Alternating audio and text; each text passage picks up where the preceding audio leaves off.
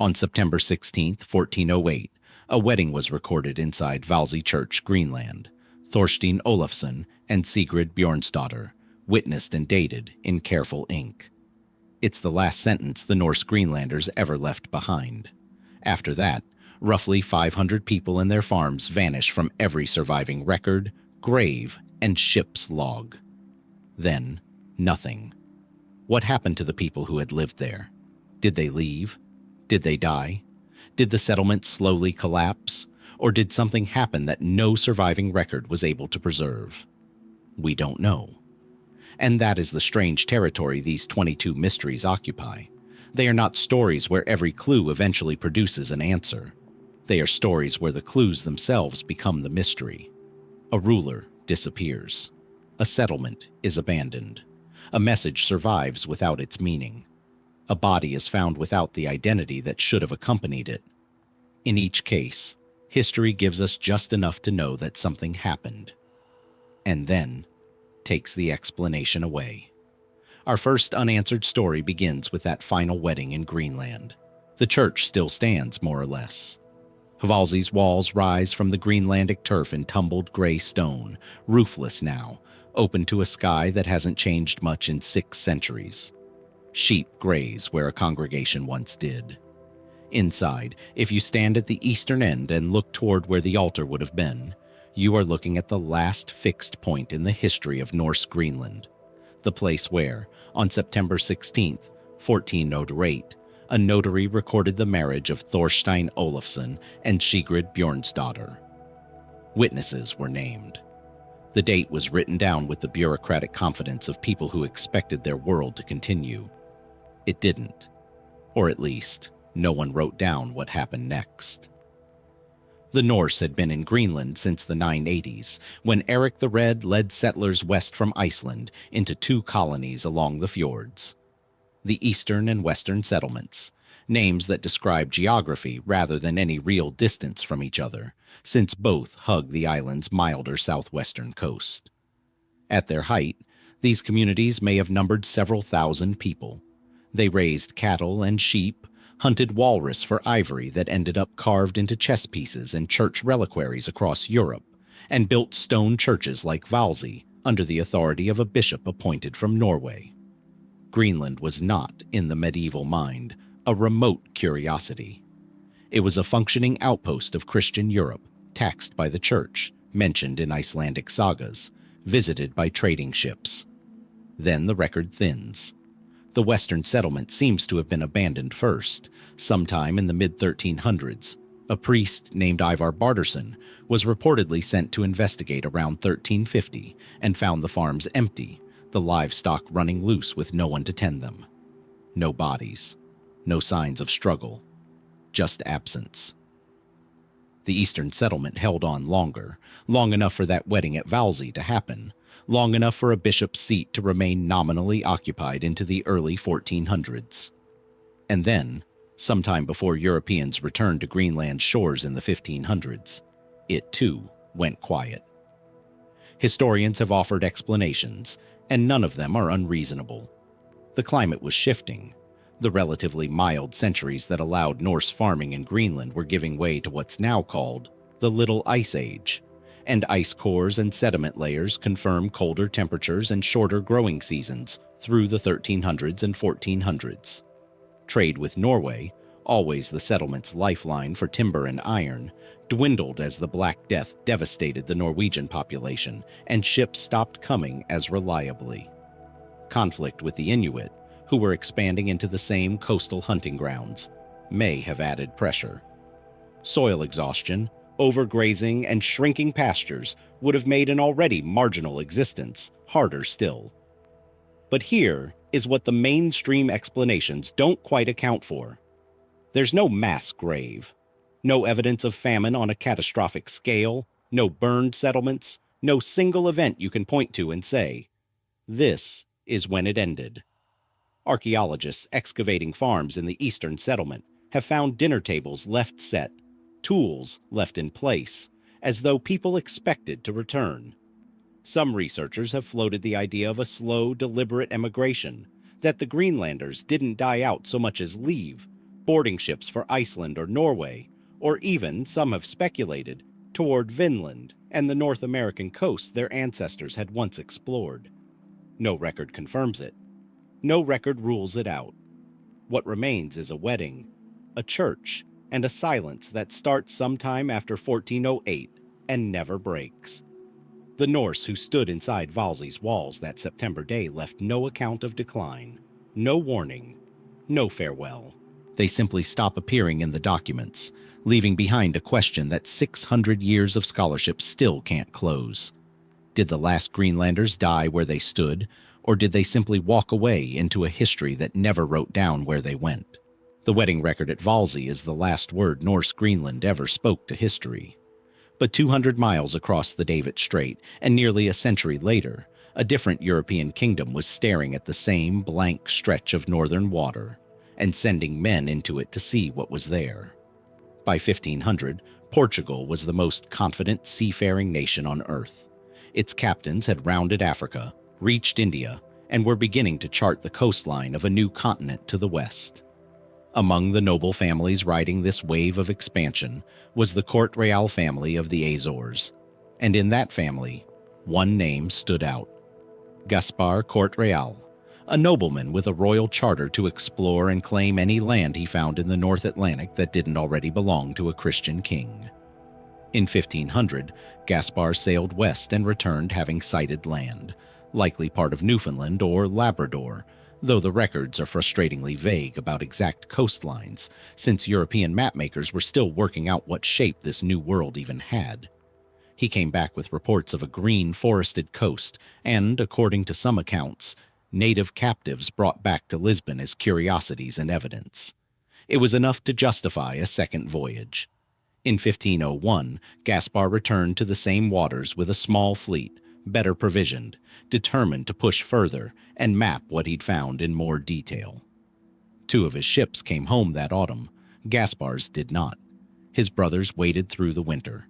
No wreckage arrived, no survivors washed ashore, no message reached Lisbon by way of a passing fishing vessel or a friendly port. By spring, the family had made its decision. Gaspar's younger brother, Miguel Corte-Real, would take a ship west himself, retrace the fleet's route, and find out what had happened. In 1502, Miguel sailed into the same waters his brother had vanished into, and he too never returned. 2 brothers, 2 voyages, 2 disappearances, 4 years apart, in the same stretch of ocean. A third brother, Vasco Anís, petitioned the Portuguese crown for permission to go looking for both of them. King Manuel affirming, refused.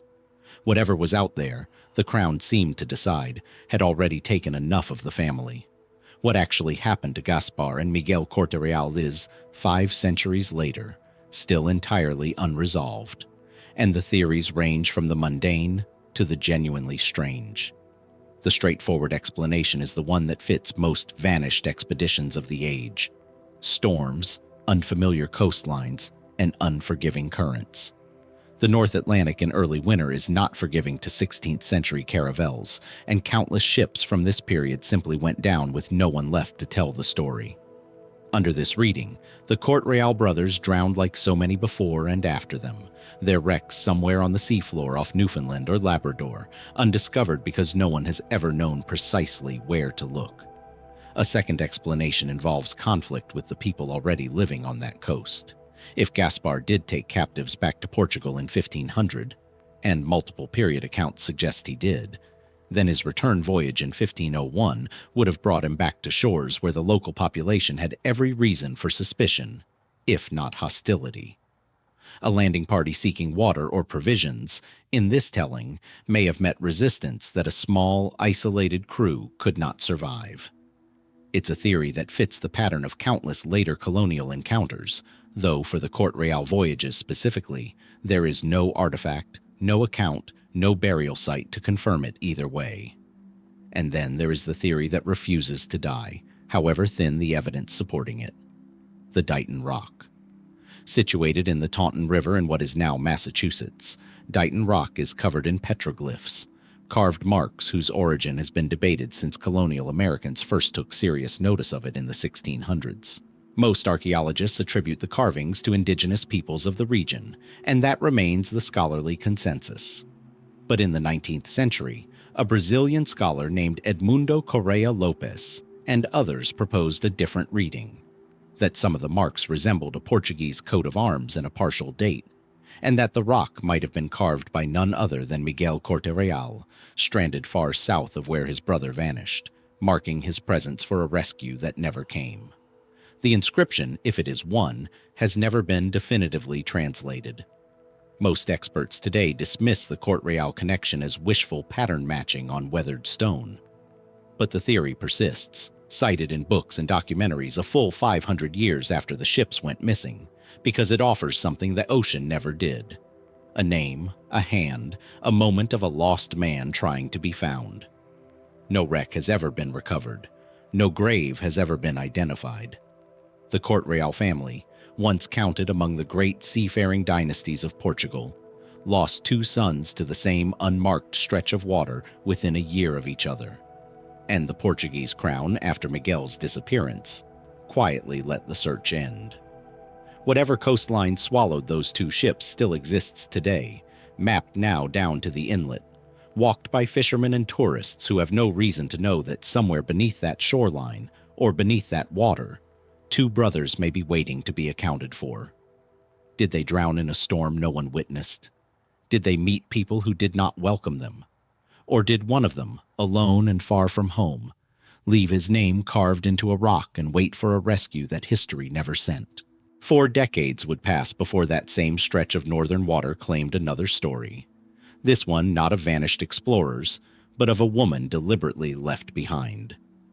Somewhere off the coast of what is now Quebec, in the Gulf of St. Lawrence, there is a scatter of small, windswept islands that 16th century French sailors named the Isles of Demons. The name wasn't poetic flourish. Sailors passing through the region reported hearing voices on the wind, cries, howls, sounds with no visible source, and claimed the islands were haunted by evil spirits that lured ships onto the rocks. Cartographers took the report seriously enough to mark the islands on period maps with warnings attached. Modern explanations point to the cries of seabirds, the wind moving through narrow rock formations, or ice cracking against the shore. But in 1542, one French noblewoman found out firsthand what it meant to be stranded there. And her story survived because, remarkably, she lived to tell it. Marguerite de la Rocque was a young noblewoman traveling to the New World under the guardianship of her relative, Jean-François de la Rocque de Roberval, a nobleman commissioned by King Francis I to establish a French colony in North America. Roberval's expedition set out in 1542 as part of France's push to compete with Spain and Portugal in claiming territory across the Atlantic. Marguerite, likely still in her 20s, was aboard as his ward and ostensibly under his protection. According to the fullest surviving account, recorded decades later by the writer Marguerite de Navarre, Queen of France, who claimed to have heard the story from Marguerite herself, a relationship developed during the voyage between the younger Marguerite and a man aboard the ship, sometimes named in later retellings as a young officer or gentleman companion. Roberval discovered it, and his response was not exile to a cabin or a reprimand delivered at court. It was marooning. Roberval ordered Marguerite put ashore on one of the Isles of Demons, along with her elderly nurse Damien, and, in most versions of the story, the man she'd been involved with, who chose to join her rather than let her face the island alone. The ship sailed on. What was left behind was 2, then 3. People on a barren island in the Gulf of St. Lawrence, supplied with little more than muskets, some provisions, and whatever they could carry. What followed, according to the account attributed to Marguerite, was survival at the edge of endurance. She reportedly gave birth to a child on the island. The father's identity implied rather than stated outright in most retellings. She hunted with the muskets she'd been given, killing bears that came near their shelter, an image that appears repeatedly across the different versions of her story and lends it a strange, vivid specificity. A noblewoman, alone on a haunted island, shooting bears to stay alive. One by one, her companions died. The nurse succumbed first, then the man. Then, in the accounts closest to the original telling, the infant child as well, unable to survive the conditions the adults were barely enduring themselves. Marguerite alone remained, for what some versions claim was as long as 2 years, until Basque fishermen, sailing through the Gulf on an unrelated voyage, spotted signs of habitation on an island reputed to be cursed, and went to investigate. They found her alive, apparently having survived largely alone for the final stretch, and brought her back to France. This is where the historical record becomes genuinely strange to sit with. Unlike so many of history's disappearances, Marguerite de la Rocque did not vanish. She came home. She lived by most accounts for years afterward in France, and her story was documented not as a folk legend passed down orally, but as an account attributed to her own retelling, recorded by a queen. And yet the deeper details remain frustratingly unresolved.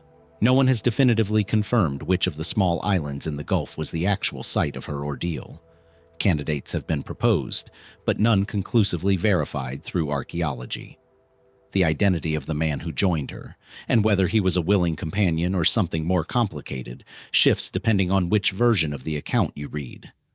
Some later chroniclers softened or altered details of the story to fit the moral sensibilities of their own era, raising the uncomfortable question of how much of what survives is Marguerite's own account, and how much is later invention layered on top of it. And the island itself remains, in its way, as unexplained as the men who vanished before it took her in. The voices sailors reported hearing were never definitively traced to a single cause. The name, Isle of Demons, persisted on maps for generations after Marguerite's rescue, long after any rational mariner should have dismissed it as superstition. Was it seabirds and wind, as the modern explanation insists? Or did something about that particular stretch of the Gulf of St. Lawrence earn its reputation honestly, tested against a woman who survived what by all rights should have killed her? Marguerite de la Rocque walked off that island alive, carrying a story almost no one else could have told. And 5 centuries later, the island that nearly killed her still hasn't fully explained what sailors heard on its wind. Or why, of everyone who ever washed up on its shore, she was the one who made it back. Those maps that kept the Isle of Demons alive long after reason should have erased it were not unusual for their time. 16th and 17th century cartographers filled the Atlantic with islands no one could verify. And one of them outlasted almost all the others, appearing on charts for over 300 years before quietly disappearing from them for good.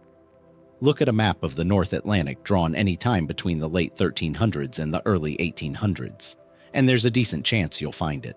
A small circular island, usually shown split by a strait or river running through its middle, positioned somewhere in the ocean west of Ireland. Cartographers labeled it Hy-Brasil, Brazil, or occasionally Insula Fortunata. It appears first on a 1325 map by the Genoese cartographer Angelino Dulcer, then recurs across centuries of navigational charts, a 1436 map by Andrea Bianco, a 1595 map by Abraham Ortelius, and numerous English Admiralty charts still marking its supposed location as late as 1865. Sailors didn't just draw it. They looked for it, some claiming to have found it, and the island's persistence on official maps for over 500 years makes it one of the longest-running geographic mysteries Europe ever produced. The name itself likely predates any European encounter with the Americas by centuries, drawn from Irish legend rather than any explorer's logbook. In Gaelic folklore, Hy-Brasil was described as an enchanted island perpetually shrouded in mist, visible only once every 7 years, otherwise hidden from human sight by some combination of fog and magic. Some scholars connect the name to the Old Irish Bresil, a legendary high king, rather than to Brazil, the South American country that would later share a similar name purely by linguistic coincidence. Portugal's colony was named for its Brazil wood trade, unrelated to the Irish legend that predated it. For medieval Irish storytellers, Hy-Brasil belonged to a category of otherworldly islands, places that existed at the edge of the map and the edge of belief simultaneously, glimpsed by the fortunate and forgotten by everyone else. What separates Hy-Brasil from pure folklore, though, is how seriously professional cartographers treated it. This wasn't a monster sketched in a margin for decoration. Hy-Brasil was placed with specific coordinates, given a consistent shape across multiple independent maps, and referenced in real voyage planning.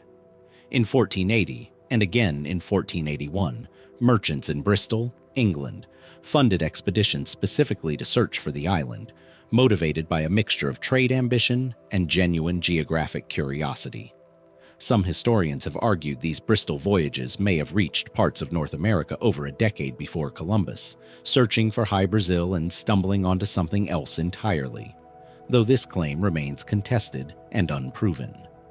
A 1497 letter, attributed to the merchant John Day and addressed to a figure believed to be Christopher Columbus, references English ships having found land in the past that may correspond to these Bristol expeditions. If true, it would mean Europe's search for a legendary phantom island played a quiet, half-forgotten role in the earliest European contact with the North American mainland, a mystery entangled with one of history's most consequential voyages. The mainstream explanation for Hy-Brasil's centuries of cartographic life is unglamorous but plausible. Cartographic error and superstition, copied and recopied from map to map long after anyone had bothered to verify it firsthand.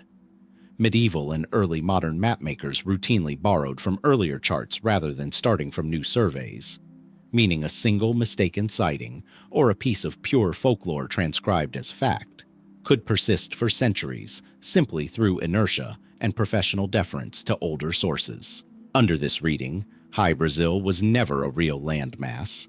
It was a documentation error nobody wanted to be the first to erase, appearing on chart after chart because tradition, not observation, dictated where it belonged. But sightings kept the mystery alive well past the point where inertia alone explains it.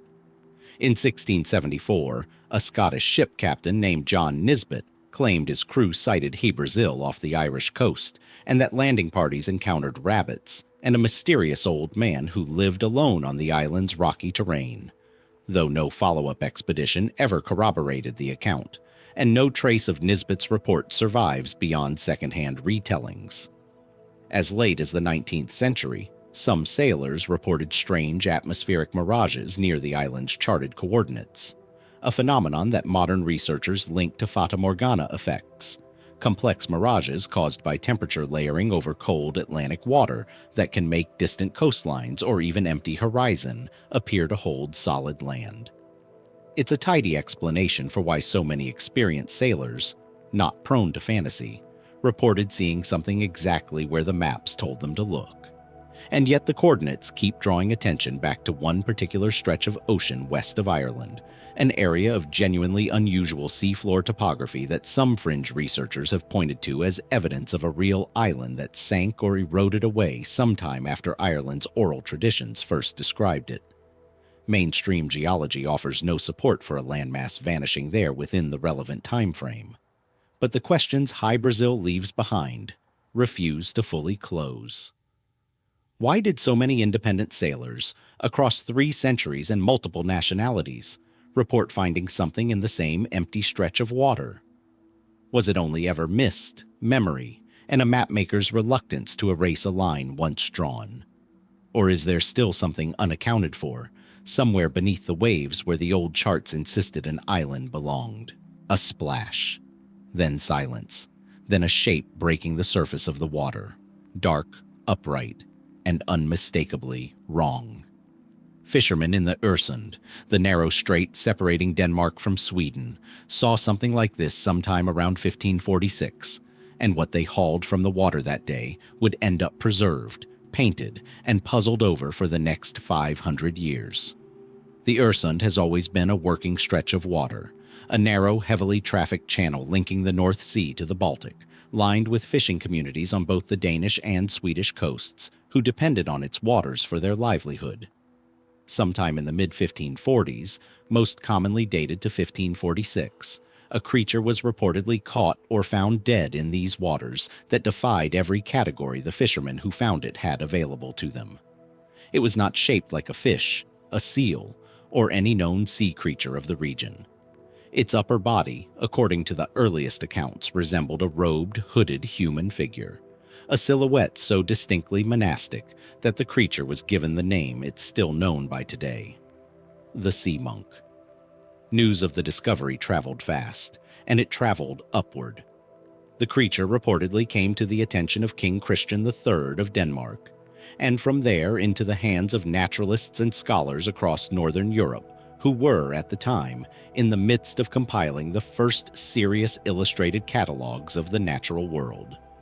The sea monk was documented and illustrated by some of the most respected naturalists of the 16th century, including the Swiss scholar Conrad Gessner, whose multi-volume Historia Animalium was one of the most ambitious zoological works of the Renaissance, and the French naturalist Guillaume Rondelet, who published his own illustration and description of the creature in a 1554 work on marine life. These were not sensationalist pamphleteers. Gessner and Rondelet were serious scientific minds by the standards of their era, and their willingness to include the sea monk in their scholarship, however skeptically framed, tells you something about how credible the reports must have seemed at the time. The surviving illustrations are the heart of what makes this mystery endure. They depict a creature with a distinctly humanoid upper body, scaled or textured skin arranged to suggest the folds of a monk's robe and hood, and a lower body that tapers into something fish-like, a tail, or a form of finned lower half, depending on which version of the illustration you're looking at. Some accounts claim the creature made sounds, or gestures, or behaved with a kind of mournful awareness before it died, details that only deepened its reputation as something between animal and omen. Whether these behavioral details reflect what fishermen genuinely observed, or embellishments layered on as the story passed from dockside gossip to royal court to printed page, is impossible to determine from this distance. Mainstream science today offers a fairly confident explanation, and it's one that requires no monks, no omens, and no unknown species.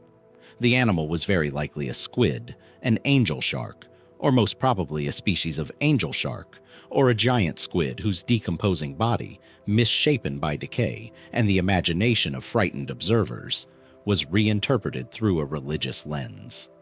Renaissance Europe, still deeply steeped in Catholic imagery and superstition, even as the Reformation reshaped the continent, had a documented tendency to interpret unusual natural phenomena in religious terms, comets as divine warnings, deformed animal births as omens, and, quite plausibly, an unfamiliar sea creature's silhouette as a monk. A bloated, decomposing squid or ray, its mantle and fins suggesting the drape of a robe, would have looked far stranger and more humanoid on a 16th century dock than it would to a modern marine biologist equipped with photographs of known deep-sea species. And yet the explanation, however sound, doesn't fully account for the specificity of what Gessner and Rondelet chose to record. These were men trained to observe carefully, working from either direct examination or close second-hand testimony from people who had seen the body themselves, and what they illustrated wasn't a vague blob interpreted charitably as a robe. It was detailed enough, consistent enough across independent accounts, that later researchers have spent centuries trying to match it to specific species, without full agreement. No physical specimen of the sea monk survives today. No skeleton, no preserved tissue, nothing beyond the illustrations and the written accounts that accompanied them, meaning that every modern identification, however scientifically reasonable, remains an educated guess made from a drawing, not an examination of the thing itself. What was pulled from the Øresund in 1546 has never been definitively resolved into a known species, and it likely never will be, given that nothing physical remains to test. Was it a genuine biological anomaly, an unfamiliar creature since driven to extinction, or simply never documented again? Was it ordinary marine life, transformed by decay and by minds primed to see the sacred in the strange? The naturalists who first drew it were men of science, not folklore. And 5 centuries later, their careful illustrations of a robed, hooded creature rising from Danish waters remain the only evidence anyone has, daring modern science to explain exactly what they saw. It's worth pausing on a pattern that keeps surfacing in this history. How easily an entire expedition, ships and crews included, could vanish into 16th century paperwork without leaving so much as a wreck behind. Nowhere is that pattern stranger than in the case of the man often credited with England's first real claim to North America. John Cabot, born Giovanni Caboto in Genoa or Venice, the record isn't entirely settled on which, sailed into English service in the 1490s carrying the same ambition that drove Columbus a few years earlier, a westward sea route to Asia. In 1497, under a royal charter granted by King Henry VII, Cabot set out from Bristol aboard a single small ship, the Matthew, and made landfall somewhere on the coast of North America. Most historians place it in Newfoundland, though Nova Scotia and Cape Breton Island remain candidates debated to this day. He returned to England a celebrated figure, having claimed in the eyes of the English crown the first foothold of what would eventually become British North America. Henry VII rewarded him with a pension and authorization for a much larger follow-up voyage.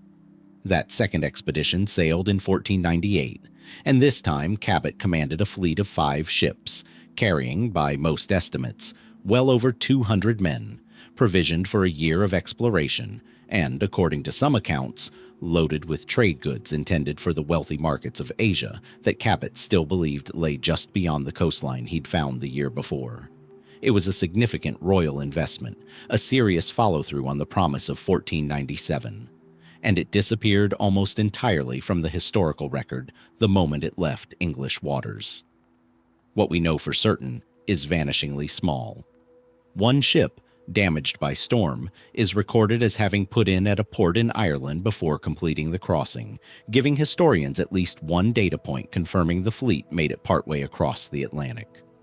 Beyond that single Irish harbor record, the trail goes cold. No ship from the 1498 expedition is confirmed to have returned to England.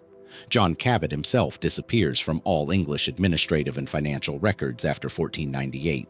His pension payments, which had been documented with bureaucratic regularity, simply stop appearing in the ledgers, which is itself a kind of evidence, since Tudor England kept meticulous financial records and an absence in the accounts is as telling as an entry would have been.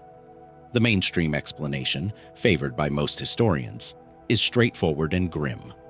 The fleet was lost at sea, likely in a storm, somewhere in the North Atlantic during the crossing or shortly after making landfall.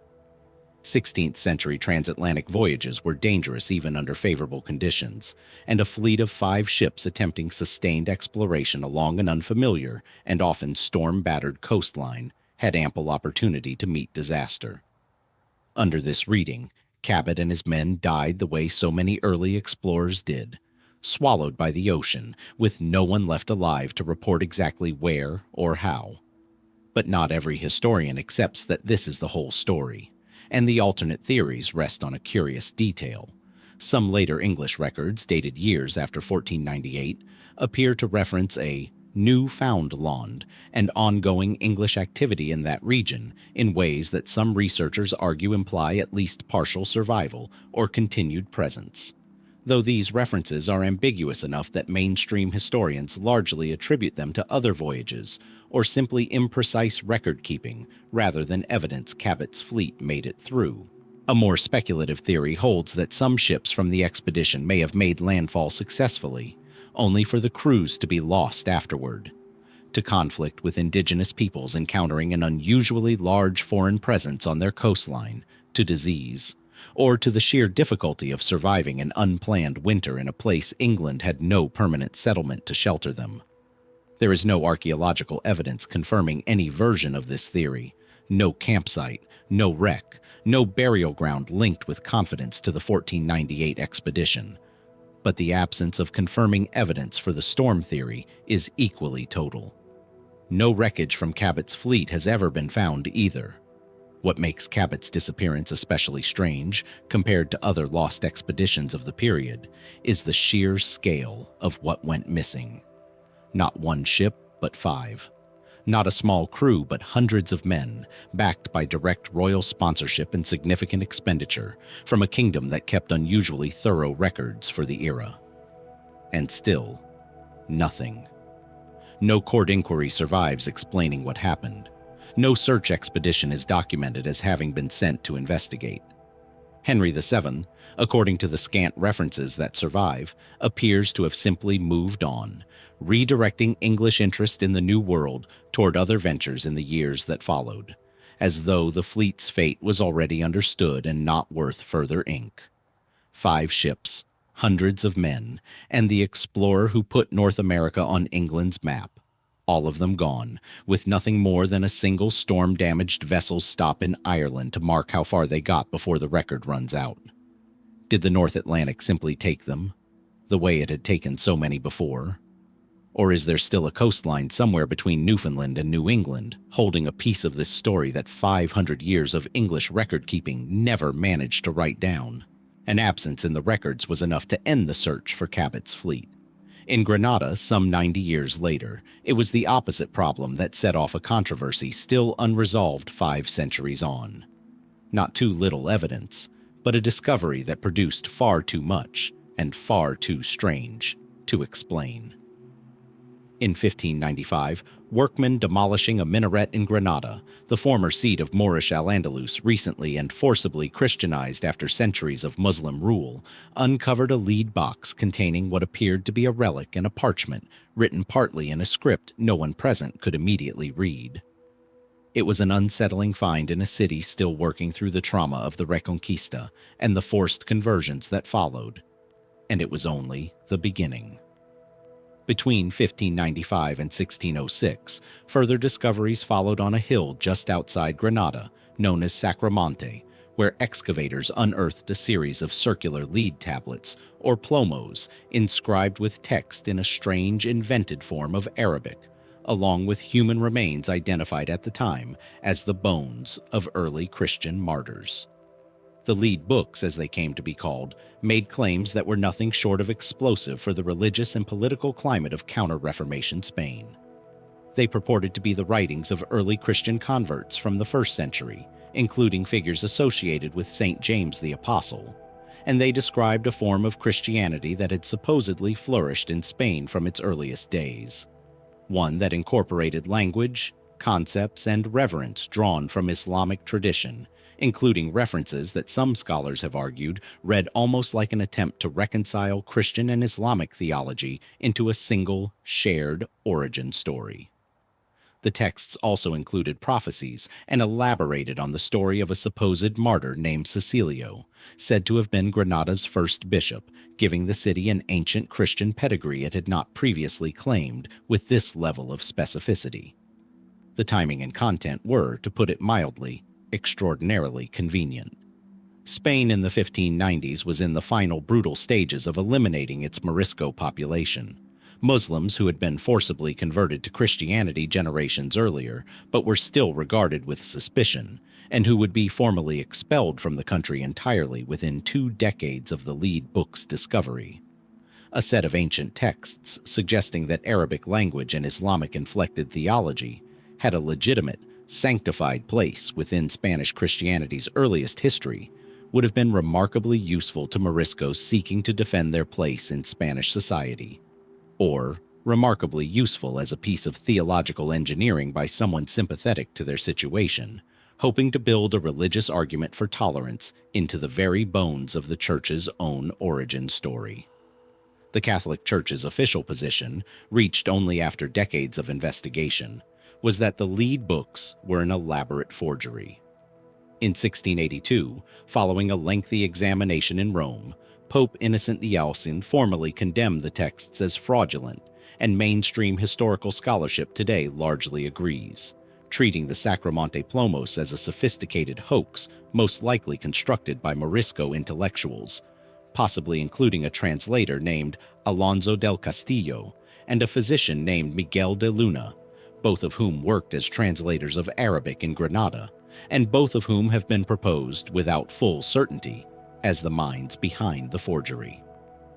Under this reading, the lead books were an act of quiet, desperate ingenuity, an attempt by educated Moriscos to write their community a legitimate place in Spanish Christian history at the exact moment that history was being used to justify their expulsion. And yet, even accepting the forgery explanation, enormous questions remain unresolved. The invented script used in the texts, sometimes called Solomonic characters, was sophisticated enough that its precise origins and full meaning are still debated by paleographers today, and no consensus exists on exactly how many people were involved in creating it, how long the project took, or how the conspirators managed to plant so many separate discoveries across more than a decade without the fabrication unraveling under Inquisition scrutiny. The physical lead tablets themselves were sent to Rome for examination in the 17th century, and remarkably, were not returned to Spain until 2000, sitting in Vatican archives for centuries, even after being officially declared forgeries, a fact that has fueled ongoing academic interest in re-examining them with modern analytical tools.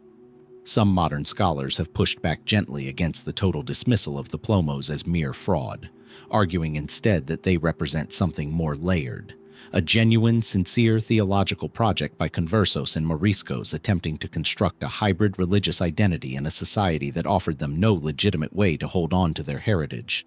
Forgery and faith intertwined in a way the Inquisition's yes or no verdict never had room to capture. Whether the lead books were pure deception, sincere religious innovation, or some blend of both that history has flattened into a simpler story than the truth deserves, the plomos themselves still exist, preserved after centuries of official condemnation. What did the people who made them actually believe they were creating? A lie to save their community, or a truth the rest of Spain simply refused to hear? Some miles east of wherever the last trail went cold, across a great lake ringed by volcanoes, there once rose a city that the Spanish who first saw it could barely describe. They called it a dream. Tenochtitlan, capital of the Mexica people, sat upon an island in Lake Texcoco, connected to the mainland by causeways wide enough for 10 horses to ride abreast. Canals ran where streets might have been elsewhere. Floating gardens, chinampas, produced food enough to feed hundreds of thousands. At its heart stood the Templo Mayor, a stepped pyramid painted in red and blue, where 2 shrines faced the rising sun. And somewhere within that city, in a palace whose exact chambers no living person could now point to, a man died in the summer of 1520 under circumstances that remain, 5 centuries on, genuinely contested. His name was Moctezuma II, Moctezuma Xocoyotzin, in the Nahuatl of his people, the young lord, he who frowns like a lord. He was the 9th Tlatoani of the Mexica, ruler of an empire that stretched across much of what is now central Mexico, commanding tribute from hundreds of subject cities. By the time the Spanish arrived on his shores in 1519, Moctezuma had reigned for nearly 2 decades. He was, by most accounts, a sophisticated administrator, a patron of poetry and astronomy, a man who understood the machinery of empire in ways few of his contemporaries could match. And yet history remembers him, almost exclusively, for how he died. The mainstream account, the one recorded most prominently by Spanish chroniclers, including soldiers who claim to have been present, goes like this. After Hernán Cortés and his men were welcomed into Tenochtitlan, tensions escalated. Moctezuma was taken into a kind of custody within his own palace, a hostage in his own capital. In June of 1520, following the massacre of Mexican nobles during a religious festival, the city rose in open revolt. Cortés, desperate, brought Moctezuma to a rooftop or balcony to speak to his people to calm the uprising. According to the Spanish version of events, the crowd below, enraged that their emperor would counsel submission to the invaders, hurled stones. Moctezuma was struck. He died days later, on June 29th, from his injuries. It is a clean story. It fits a certain narrative the conquistadors needed to tell, that the emperor's own subjects turned against him, that his death was a tragic accident of crowd violence rather than anything the Spanish did. And for centuries, it was the story most often repeated. But look closer, and the seams begin to show. Indigenous accounts, recorded later in sources like the Florentine Codex, compiled by Bernardino de Sahagún working with Nahua informants, tell a different story. In these versions, Moctezuma was already dead, or dying, before he was ever brought before the crowd. Some accounts suggest he was strangled or stabbed by the Spanish themselves, Once he had become a liability rather than an asset. A puppet ruler who could no longer control his own people, and whose continued presence only endangered his captors. Why would the Spanish keep him alive? These accounts ask, once he had failed at the one task they needed him for. There is a strange, unsettling logic to this alternate account. Consider the timeline. Cortés and his men were, by late June 1520, fighting for their lives inside a hostile city. The population had turned. Supplies were dwindling. Within days, the Spanish would be forced into a desperate nighttime retreat across the causeways. A flight remembered in Spanish history as La Noche Triste, the Night of Sorrows, during which hundreds of conquistadors drowned under the weight of stolen gold they refused to abandon. In such a moment, would a captive emperor, no longer useful, be worth protecting? Or would he become expendable, even dangerous, as a symbol the Mexica might rally behind if freed? No autopsy exists. No Spanish soldier's account agrees precisely with another on the exact wounds Moctezuma bore, or the moment he stopped breathing. His body, according to most versions, was left outside the palace by the Spanish, or handed over to Mexica priests. And here, too, the record splinters. Some sources claim he was cremated with the honors of a Tlatoani. Others suggest his remains were treated with contempt, tossed aside without ceremony, an emperor denied even the dignity of proper burial. To this day, no confirmed grave, no reliquary, no marked resting place for Moctezuma II has ever been identified. A man who ruled millions, who commanded architecture that awed the very people who came to destroy his world, vanished from the historical record at the exact moment of his death, leaving behind not even a tomb. Was he killed by his own people, furious at his failure to resist the invaders? Was he murdered by the men he had welcomed as guests, once his usefulness expired?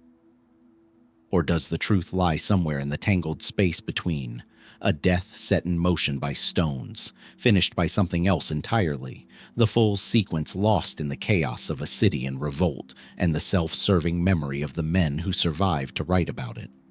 What we're left with is a body that was never properly examined, a burial site that was never marked, and two civilizations' worth of testimony that refuse to agree. Somewhere beneath modern Mexico City, under streets, under subway lines, under centuries of new construction layered atop the ruins of Tenochtitlan, the truth of Moctezuma's final hours may still be buried, literally and figuratively, waiting for evidence that may never surface. And so the question lingers, the way it has for 500 years. When an empire falls and its emperor dies in the same breathless week, who gets to decide how the story is told? And who benefits most from the silence that follows? A question closed the last chapter. Who benefits from silence when a civilization's ending goes unrecorded? That question follows us now across an ocean to a much smaller, much quieter failure. One with no golden empire to explain away, no crowd of thousands to blame, and no pyramid to mark where anything happened at all. Just a marsh, a river mouth, and 27 men who vanished so completely that historians spent nearly 400 years arguing over whether their fort had ever existed in the first place.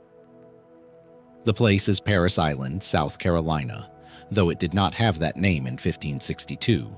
Then it was simply a low, marshy stretch of coastline near Port Royal Sound, thick with pine and palmetto, cut through by tidal creeks that shifted with every storm. It was here, in the spring of that year, that a French Huguenot expedition under the command of Jean Ribaut made landfall and began construction on what they called Charlesfort, the first attempted French settlement in what would become the United States, predating the English colony at Roanoke by more than 2 decades, and Jamestown by nearly half a century. Ribaut did not stay. He left a garrison of 27 men behind a modest earthwork fort, promising to return with supplies within 6 months, and sailed back to France to report his success. What he found there instead was a country collapsing into religious civil war. The French wars of religion had erupted in earnest. Ports were blockaded. Ships that might have carried relief to Charlesfort were commandeered for battles closer to home. Ribault himself was detained in England. The men at Charlesfort, whatever they knew or didn't know of the chaos unfolding across the Atlantic, understood only one thing with certainty. No ship was coming. What happened next is where the historical record grows thin and where the mystery properly begins. According to the survivors' own later testimony, for some remarkably did survive to tell the tale, the garrison held out as long as it could. Supplies dwindled. A fire, possibly accidental, destroyed a portion of their stores. Relations with the local indigenous peoples, the Guale and others, which had begun amicably, grew strained under the pressure of the colonists' increasing desperation for food. And then, in a decision that still strikes historians as almost unbelievable in its audacity, the remaining men chose not to wait for rescue. They built their own ship. Using timber cut from the surrounding forest, pitch made from pine resin, and rigging fashioned from their own shirts and bedding sewn together for sailcloth, a garrison of soldiers and gentlemen with no shipbuilding training constructed a vessel capable, they hoped, of crossing the Atlantic. They set out. What followed was, by every surviving account, a nightmare of the open ocean. Becalmed for weeks, provisions exhausted, the men reduced to eating their own leather, and, according to the most harrowing testimony, resorting to a drawing of lots and cannibalism to survive. A handful were eventually rescued by an English vessel, delivered first to England and then, eventually, back to France, where their account of Charlesfort's collapse became a kind of ghost story whispered through French court circles for a generation. But here is where mainstream history and mystery begin to diverge. For centuries, no one could say with certainty where Charlesfort had actually stood. The marshlands of the Carolina coast shift and erode, barrier islands migrate, rivers change course.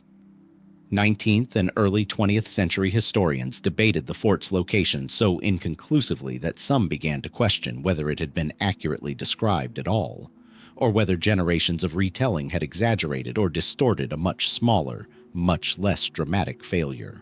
It was not until 1996 that archaeologists, using ground-penetrating radar and painstaking excavation on Paris Island, uncovered what appeared to be the fort's actual earthworks. A pentagonal outline consistent with 16th-century French military design, buried beneath centuries of accumulated soil. The physical evidence finally caught up with the written testimony. And yet even now, questions remain that no excavation has answered. What precisely happened between the colonists and the indigenous communities in those final desperate months? French accounts describe strained relations, but Guale oral tradition, where it survives at all, offers a different texture to the story, one modern historians are only beginning to try to reconstruct with appropriate care and humility. And what of the men who never made it onto that self-built ship at all? The ones, if any, left behind, too weak or too injured for the voyage. No bones matching a European settler have ever definitively surfaced at the site. No individual grave has ever been identified. If any man died at Charlesfort and was buried there, the marsh has kept that secret as thoroughly as it kept the fort itself for 400 years. There is something almost unbearably human about the image. A handful of stranded men, thousands of miles from anyone who might help them, choosing to build a ship with their own hands rather than simply wait to be forgotten. It succeeded after a fashion. Badly, brutally, but it succeeded. And yet the fort they left behind became a blank space on the map for centuries, its very existence doubted. Its ground finally speaking only when modern instruments learned to listen closely enough. The radar found the outline. It did not find the people. Somewhere in that Carolina marsh, or in the waters beyond it, the fuller story of Charlesfort's last days may still be waiting. Not lost, perhaps, so much as simply not yet asked the right way. A ship built by desperate hands crossed an ocean and became legend. Some 20 years later and a continent away, 3 other ships, properly built, properly provisioned, flying the banner of New Spain rather than a stranded garrison's improvised sailcloth, pushed north into unmapped water and vanished almost as completely. No marsh would keep this secret. The Pacific would. The year was 1539. The place was the Gulf of California, that long, narrow sea trapped between the Mexican mainland and the peninsula of Baja California. Its waters an unusual, almost unsettling shade of deep blue-green, its shores lined with volcanic rock and cactus-studded desert that seemed to belong to an entirely different world than the tropical coasts most Spanish explorers had come to expect. The Gulf was already known to some degree. Hernán Cortés himself had led an earlier disastrous expedition there in 1535, seeking pearls and a passage that did not exist. But the man who would chart it more thoroughly, who would sail its length and attempt to determine once and for all whether California was a peninsula, or, as many maps of the era insisted, a vast island separated from the mainland entirely, was a lesser-known figure named Francisco de Ulloa. Ulloa was, by the standards of Spanish conquest, a careful and capable navigator, a trusted lieutenant of Cortés who had earned his commander's confidence through previous service. In July of 1539, he departed Acapulco with 3 ships, the Santa Águeda, the Trinidad, and the Santo Tomás, under orders to explore the Gulf, chart its coastline, and determine the geography of the region with a precision that had eluded every expedition before his. It was, in its way, meticulous work. Ulloa's expedition sailed to the head of the Gulf, near where the Colorado River empties its silt-laden water into the sea, and confirmed that the Gulf was enclosed, that Baja California was a peninsula connected to the mainland, not an island as so many contemporary maps insisted. It was a genuine cartographic achievement, one of the more accurate pieces of exploration to come out of this phase of Spanish expansion into the Californias.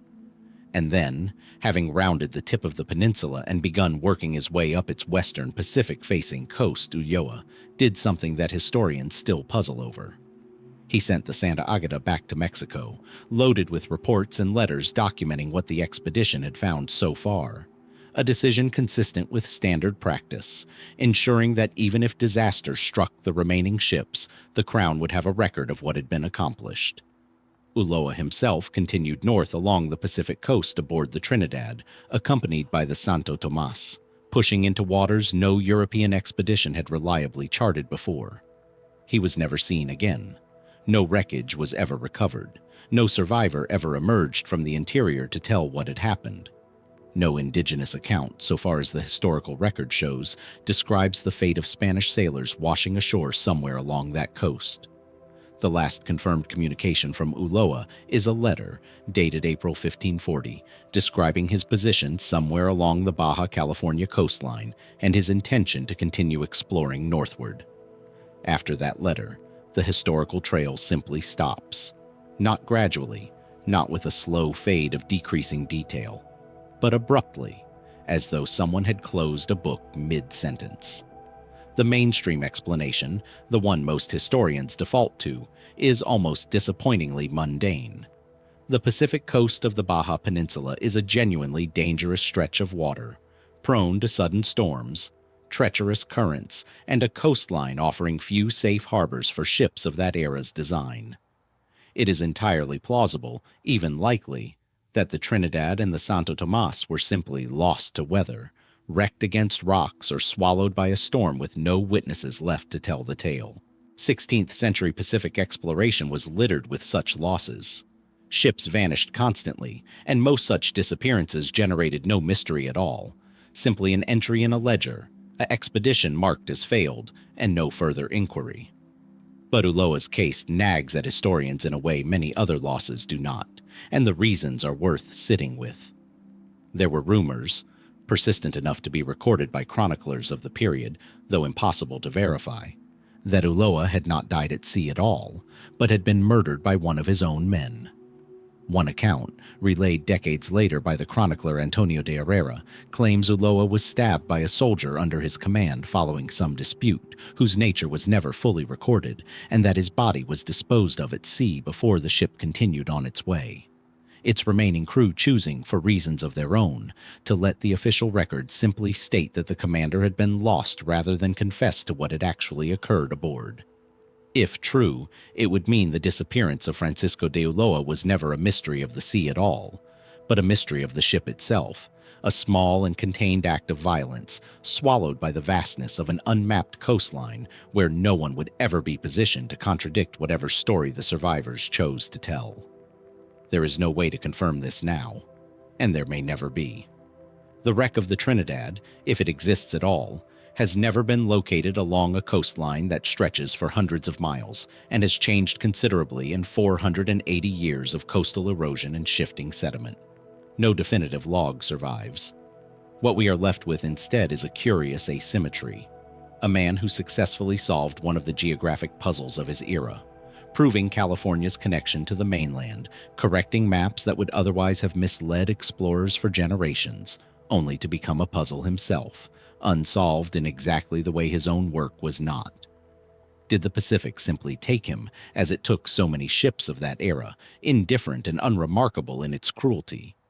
Or does the true account of his final weeks lie recorded nowhere at all, known only to a handful of sailors who returned to Mexico with a story constructed to protect themselves, and who carried the real ending to their own graves? Somewhere along a coastline. Ulloa himself first accurately mapped the answer, if one still exists in any recoverable form, remains as unlocated as the wreck that might, or might not, still be waiting beneath those waters. 14 years before Francisco de Ulloa ever slipped north along that Baja coastline and out of recorded history, another Spanish fleet had already tested the limits of the Pacific, on a far grander scale, and with an even stranger fate. To understand the ocean that would later swallow Ulloa without a trace, it helps to go back further still, to 1525, and to a harbor on the other side of the world. The port was La Coruña, on the northwestern coast of Spain, where 7 ships lay at anchor under the command of García Jofre de Loaísa, a knight of the Order of St. John tasked with an extraordinarily ambitious mission: to sail west, around the tip of South America through the strait Magellan had discovered only a few years earlier, and claim the Moluccas, the fabled Spice Islands, for the Spanish crown before the Portuguese could tighten their own grip on the trade. It was, on paper, one of the largest and best-equipped Pacific expeditions Spain had yet attempted. Aboard the flagship Santa Maria de la Victoria sailed a name that would prove more historically significant than Loaísa's own: Juan Sebastián Elcano, the Basque navigator who, 5 years earlier, had become the first man to complete a full circumnavigation of the globe after Magellan's death, partway through that original voyage. If anyone alive in 1525 understood the terrors and uncertainties of Pacific navigation, it was Elcano. That expertise would not be enough. The fleet departed La Coruña in July 1525, and almost immediately, the sea began taking its toll. Storms scattered the ships in the Atlantic before they had even reached South America. One vessel, the San Lesmes, was separated from the rest of the fleet near the Strait of Magellan, and, after passing through into the Pacific, was never seen again. The first of what would become a cascading, almost systematic disappearance of ship after ship, until the mission that began with 7 vessels and roughly 450 men arrived in the Pacific as a shadow of its original size. Here is where the mystery of the San Lesmes properly begins, and where mainstream history and speculation start to part ways. Official Spanish records simply list the San Lesmes as lost, presumed wrecked, presumed sunk, another casualty of a voyage that would eventually claim Loaísa's own life to illness before it ever reached the Spice Islands, and Elcano's shortly after him. That is the accepted account, the one with no loose threads requiring further explanation. But in the centuries since, a persistent and unverifiable theory has circulated among certain historians and researchers, one that has never been proven, and, perhaps more importantly for its longevity, never been fully disproven either: that the San Lesmes did not sink in the Pacific's open water at all, but was instead carried by currents far to the north, and made landfall somewhere along the coast of New Zealand, more than 200 years before Captain Cook's officially recorded arrival there in 1769. The theory rests on fragments, not proof, the kind of circumstantial evidence that makes for compelling documentary television precisely because it resists easy resolution. Among the Maori of New Zealand, some genealogical and oral traditions reference lighter-skinned ancestors arriving by sea generations before European contact was believed to have occurred. Though such oral histories are complex, layered, and were never intended to serve as forensic evidence for later outside theories. A caution serious researchers are careful to repeat whenever this idea surfaces. Separately, a stone structure on the Coromandel Peninsula, sometimes referred to in fringe literature as evidence of an early European presence, has been proposed by a small number of independent researchers as a possible remnant of Spanish sailors who made landfall there, using ballast stones or cannon fragments to construct some form of shelter or marker. Mainstream archaeologists remain unconvinced, citing a lack of verifiable Spanish artifacts, a lack of documentary corroboration, and the sheer improbability of a single ship crossing thousands of miles of open Pacific water without instruments designed for that crossing, arriving intact enough to establish any lasting presence at all. And yet the theory persists, in part because the ocean genuinely did carry other things it shouldn't have. Currents in the Pacific are known to transport debris, and occasionally people, across distances that seem, at first glance, almost impossible. Ships without functioning rudders have drifted for months and emerged against all odds on the far side of an ocean. Is it truly impossible that a damaged vessel, its crew reduced by scurvy and storm damage, could have been carried by the same currents into unfamiliar waters, landing not where they intended, but somewhere no European was supposed to be for another 2 centuries? No wreck of the San Lesmes has ever been definitively located, either in the waters near the Strait of Magellan where it was last confirmed, or anywhere along a New Zealand coastline that researchers have intermittently searched for traces of it. No Spanish artifact bearing an inscription, a maker's mark, or any unambiguous provenance has ever surfaced to settle the question one way or the other. What remains is a scattered handful of oral traditions open to multiple interpretations, a stone formation whose origins are genuinely disputed, and a documented historical fact that a ship, with dozens of men aboard, entered the Pacific in 1525 and was never officially accounted for again. Perhaps the San Lesmes broke apart in a storm within days of losing sight of the rest of Loaisa's fleet, its crew and timbers scattered across water too deep and too vast to ever yield an answer. Or perhaps, carried on currents no 16th century navigator could have predicted or controlled, a handful of Spanish sailors reached a shore they never intended to find, and lived out whatever remained of their lives in a place that would not officially exist on European maps for another 240 years. The ocean that swallowed the San Lesmes is the same ocean that would later take Ulloa. Indifferent, enormous, and in both cases, entirely unwilling to say which version of the story is the true one. Cold, dark water. 20 meters down, where sunlight fades to a dim green-gray and the temperature drops to something the Baltic holds year-round, timbers the length of a cathedral nave lie broken across the seabed, still bearing the scorch marks of a fire that ended everything in minutes. No current strong enough to scatter them, no centuries of tropical shipworm to consume the wood, as would have happened almost anywhere else in the world. Just silence, sediment, and a ship that waited undisturbed for exactly 500 years before anyone thought to look for it. The ship was the Gribshunden, flagship of King Hans of Denmark, and in the summer of 1495 it was, by the standards of its era, one of the most formidable vessels afloat in northern European waters. It was armed, richly appointed, and carrying King Hans himself on a diplomatic mission of considerable consequence. A voyage to Kalmar, Sweden, where Hans intended to negotiate, and, if necessary pressure, Swedish nobles into accepting him as ruler of a unified Kalmar Union, the political arrangement binding Denmark, Norway, and Sweden under a single crown. It was, in other words, not merely a warship, but a floating statement of royal power, laden with fine goods, weaponry, and provisions meant to impress and intimidate in equal measure. King Hans was not aboard when disaster struck. Historical accounts agree on this much.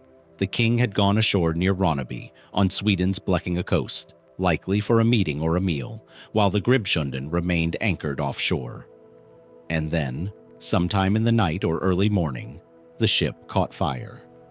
What happened next has been described in varying levels of detail across the surviving chronicles, but the essential outline is consistent.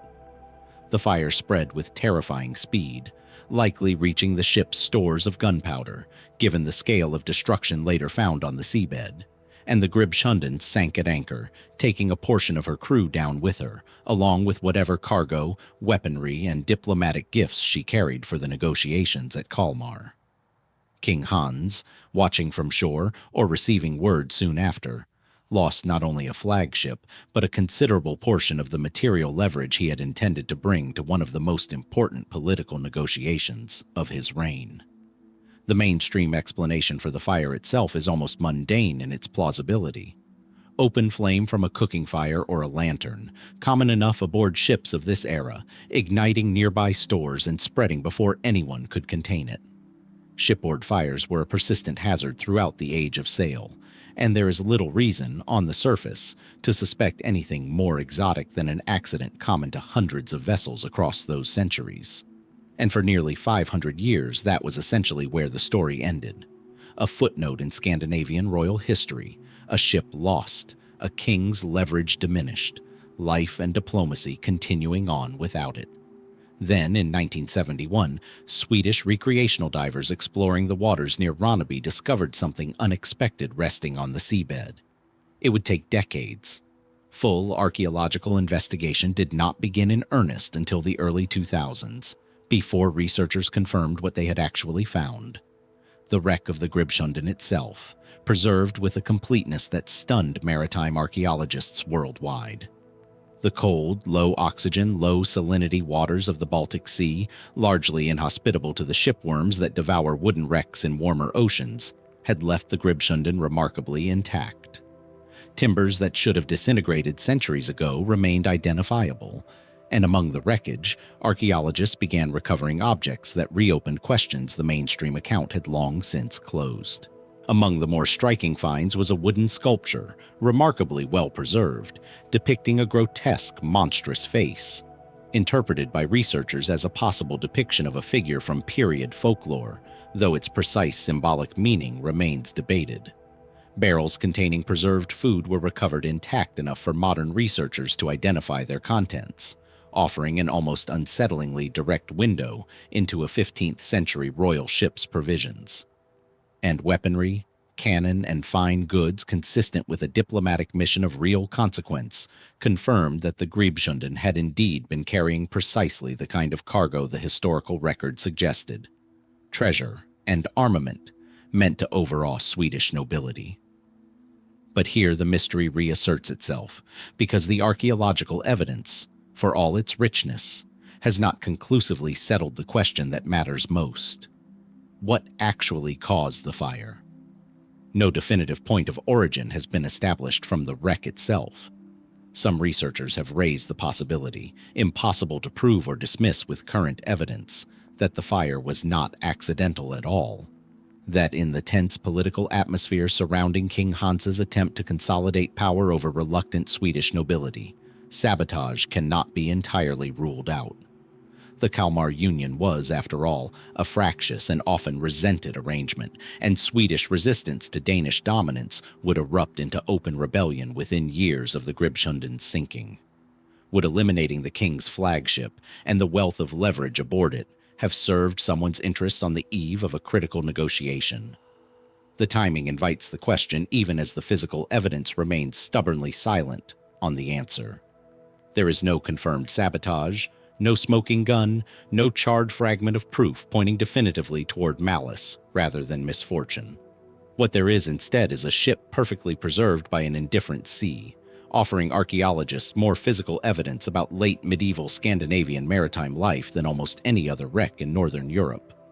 And, at the exact same time, no more certainty about the central human question of why it burned than existed the day King Hans watched his flagship go down from the shore at Ronneby.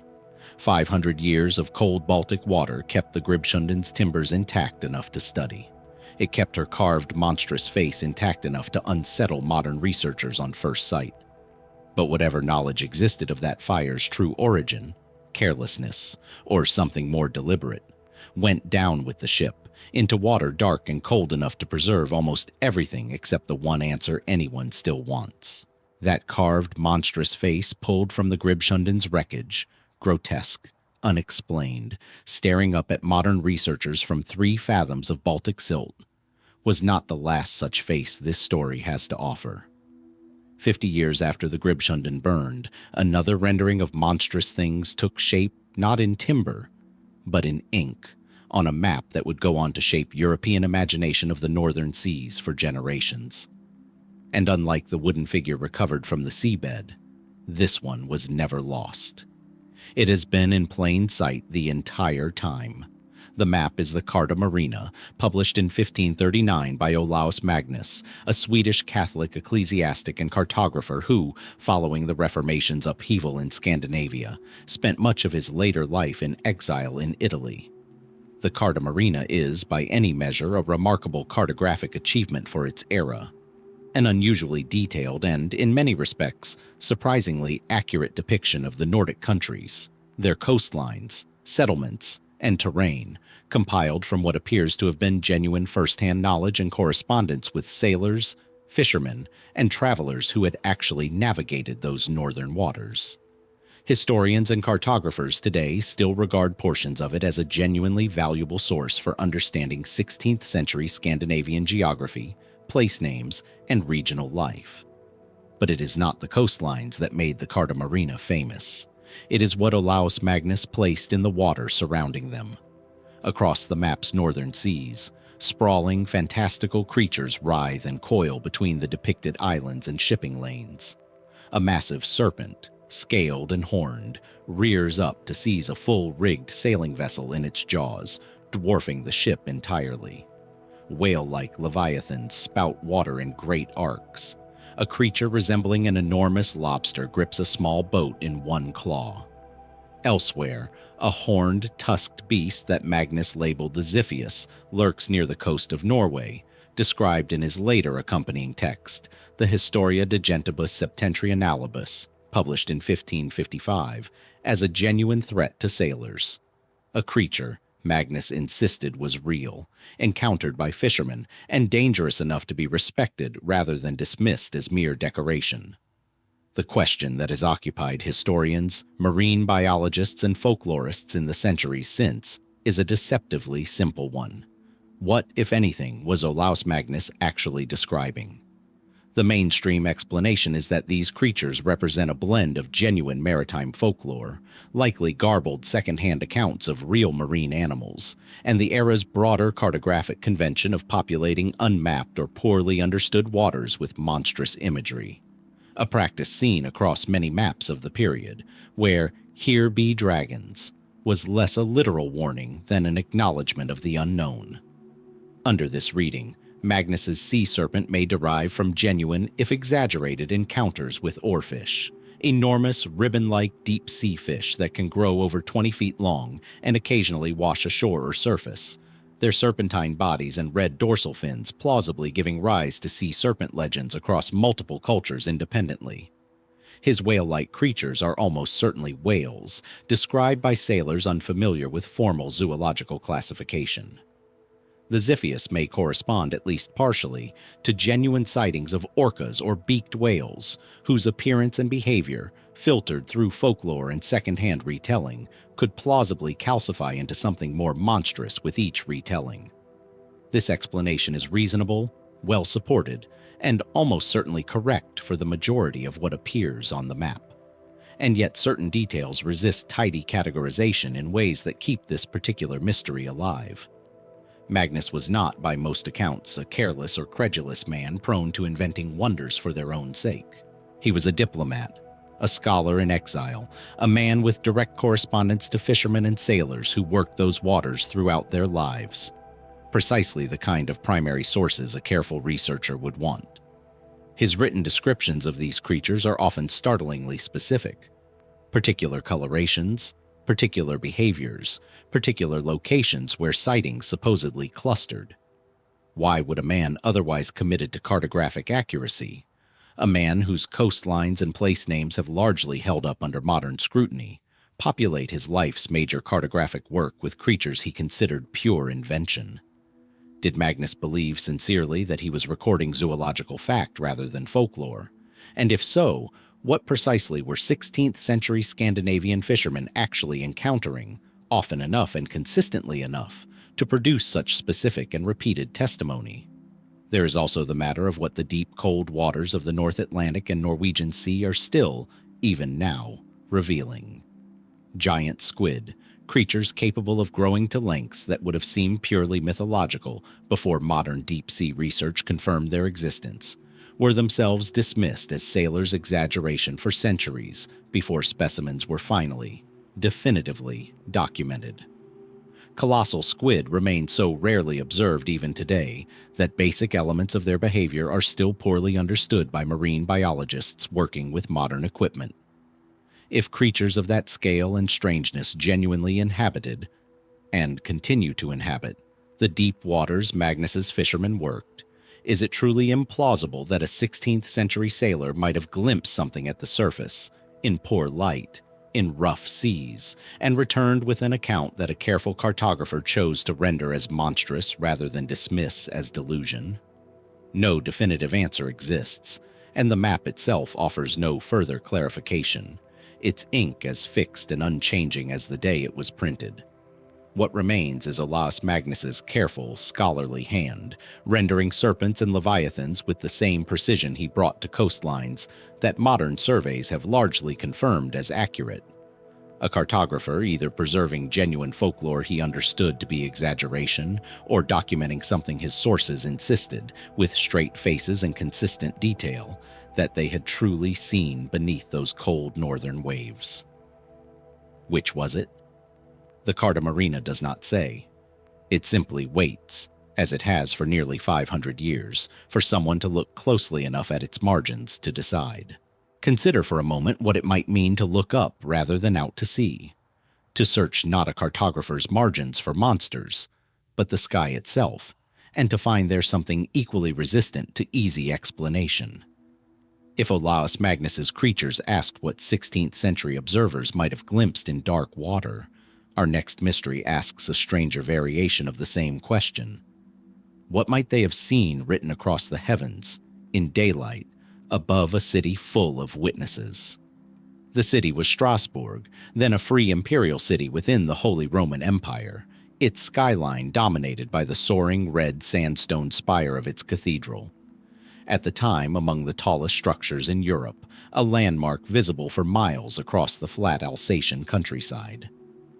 Strasbourg in this era was a city of considerable importance, a hub of trade, printing, and increasingly religious controversy as the Reformation took hold across German-speaking lands.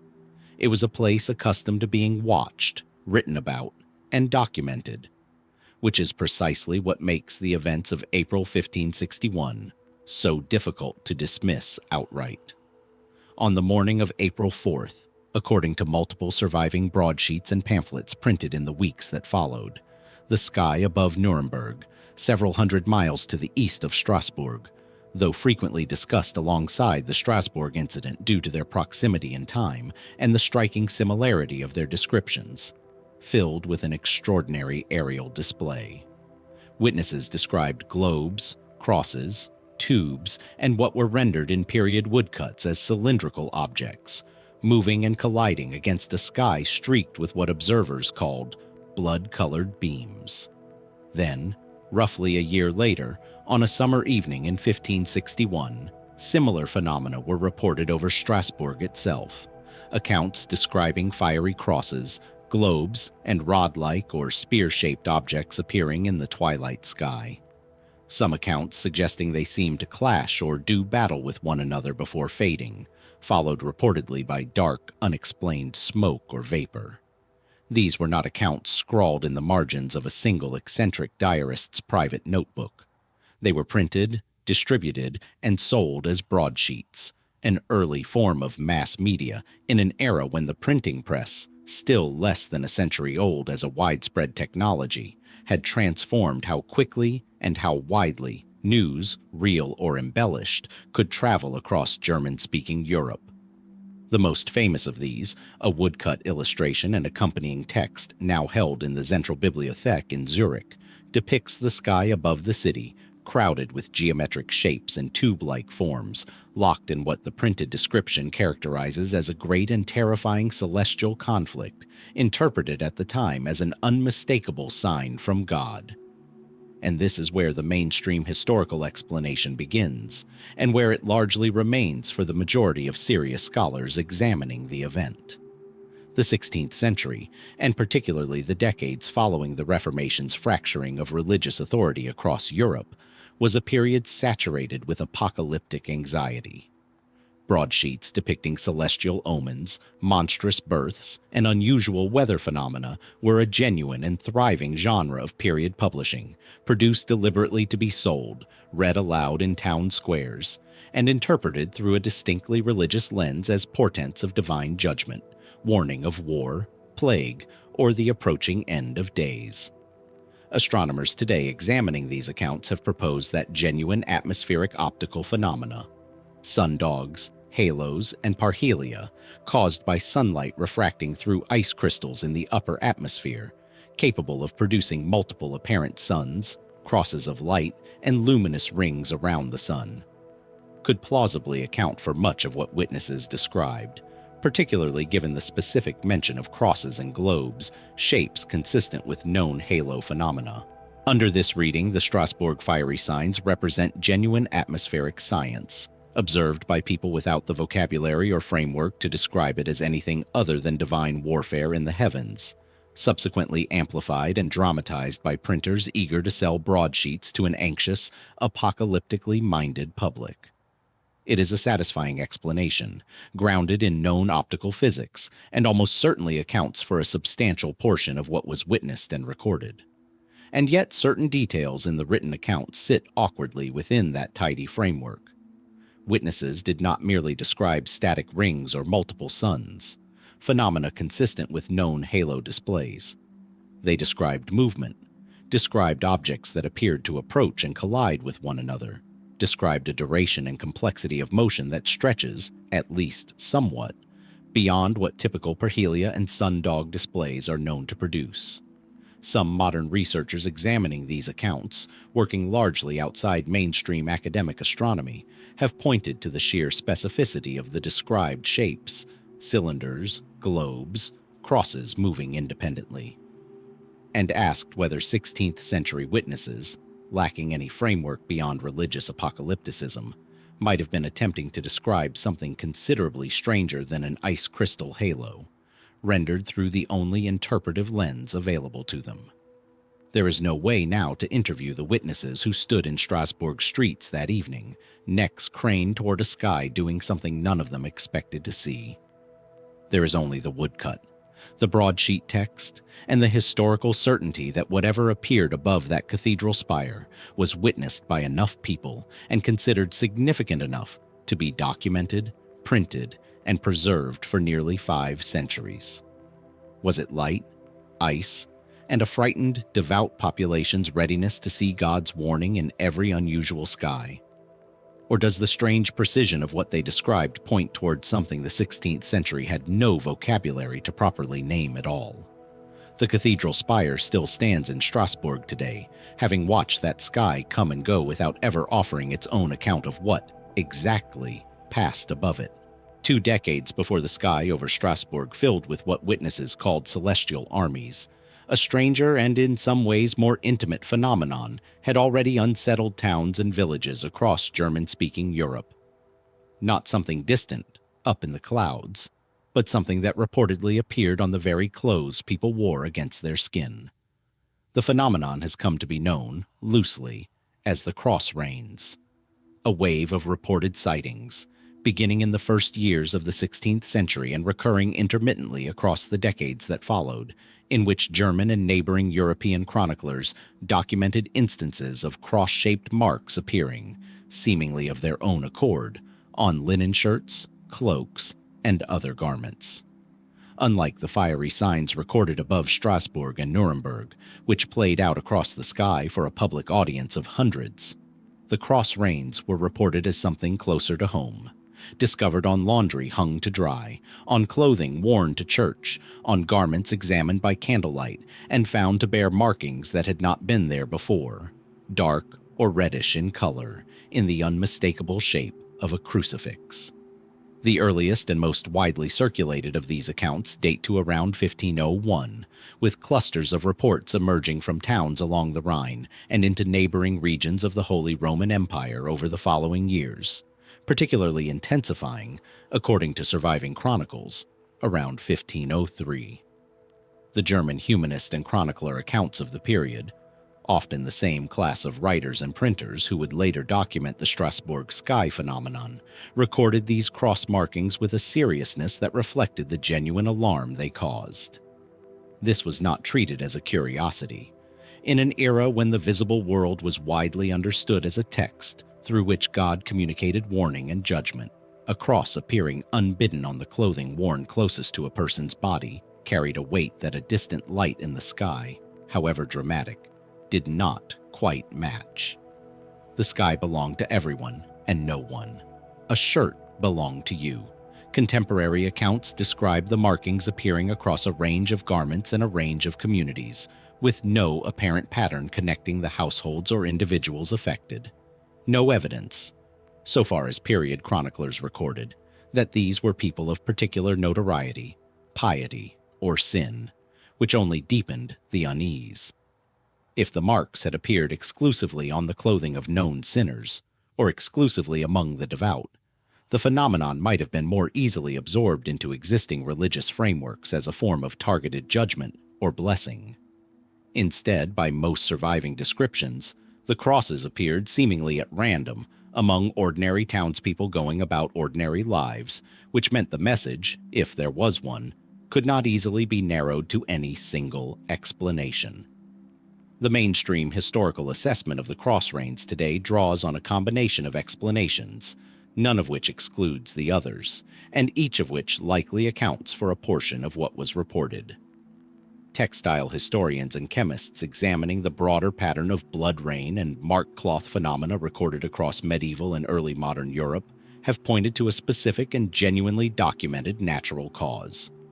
Certain bacteria, most notably Serratia marcescens, produce a vivid red pigment when they colonize starchy, damp organic material, bread, communion wafers, and notably damp linen left to dry in humid conditions.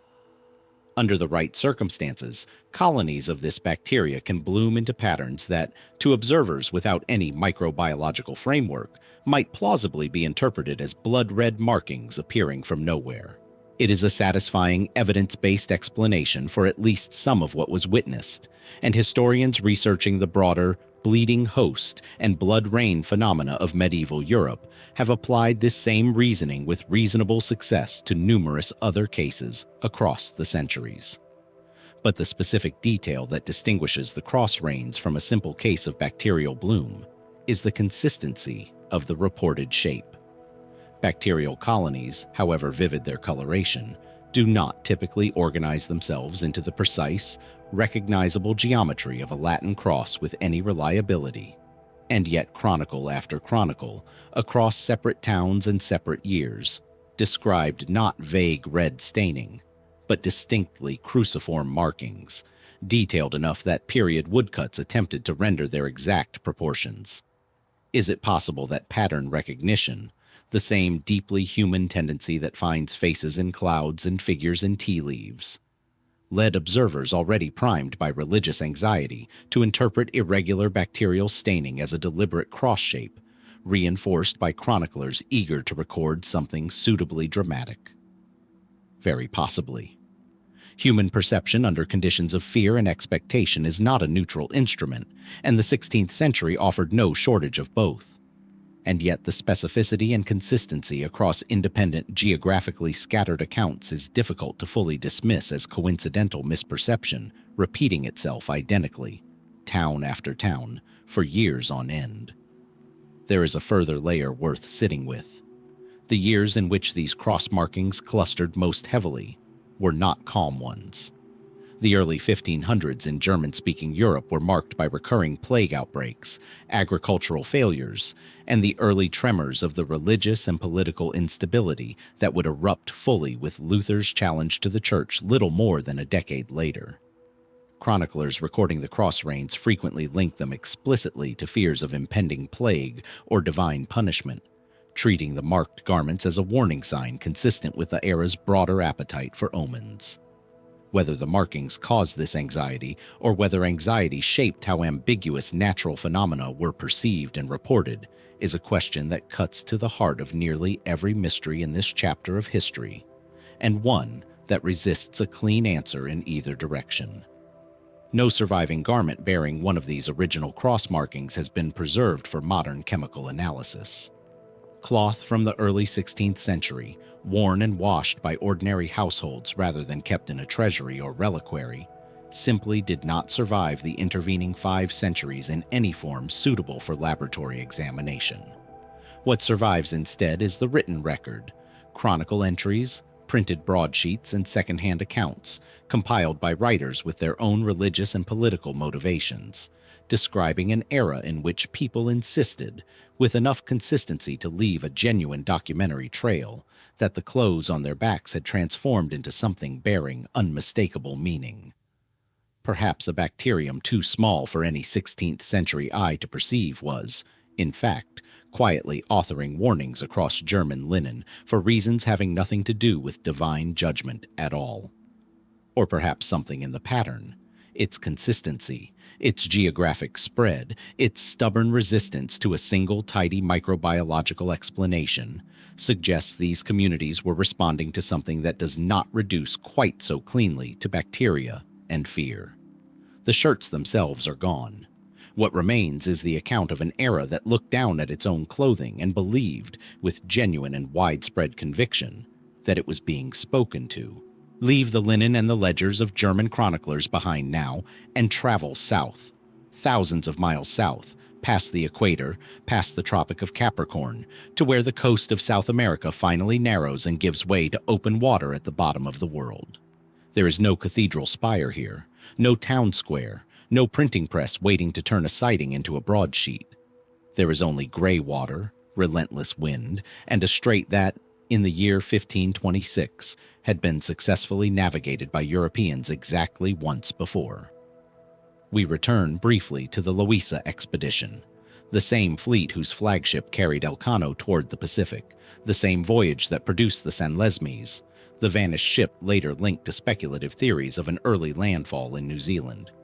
But the San Lesmes carries a second mystery entirely, one that unfolds not after it disappeared into the Pacific, but before, in the frigid waters near the very tip of South America.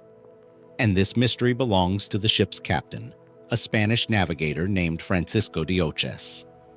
In late January or early February of 1526, as Loaísa's scattered fleet attempted to pass through the Strait of Magellan, a fierce storm drove several of the ships off course, separating them from one another in conditions violent enough to threaten the entire expedition. The San Lesmes, under Hoces' command, was pushed south of the strait's entrance, and here, according to the ship's own log and later Spanish accounts, something significant occurred. Hoces reported that his vessel had been driven far enough south to observe open water continuing beyond the landmass, suggesting that Tierra del Fuego was not, as widely assumed, connected to some larger southern continent, but that a passage of open sea extended further south still, around the very bottom of the Americas. If Hoces' report was accurate, it meant he had glimpsed more than half a century before Sir Francis Drake's famous 1578 voyage through the same waters, the existence of what history would eventually name the Drake Passage. The treacherous, storm-battered channel separating South America from Antarctica, among the most feared stretches of open ocean anywhere on Earth. Spanish and Latin American historians have long argued, with genuine documentary support from the ship's logs and subsequent Spanish cartographic records, that this body of water deserves to be known instead as the Mar de Hoces, the Sea of Hoces, in recognition of a discovery that predates the Englishmen credited with it by more than 50 years.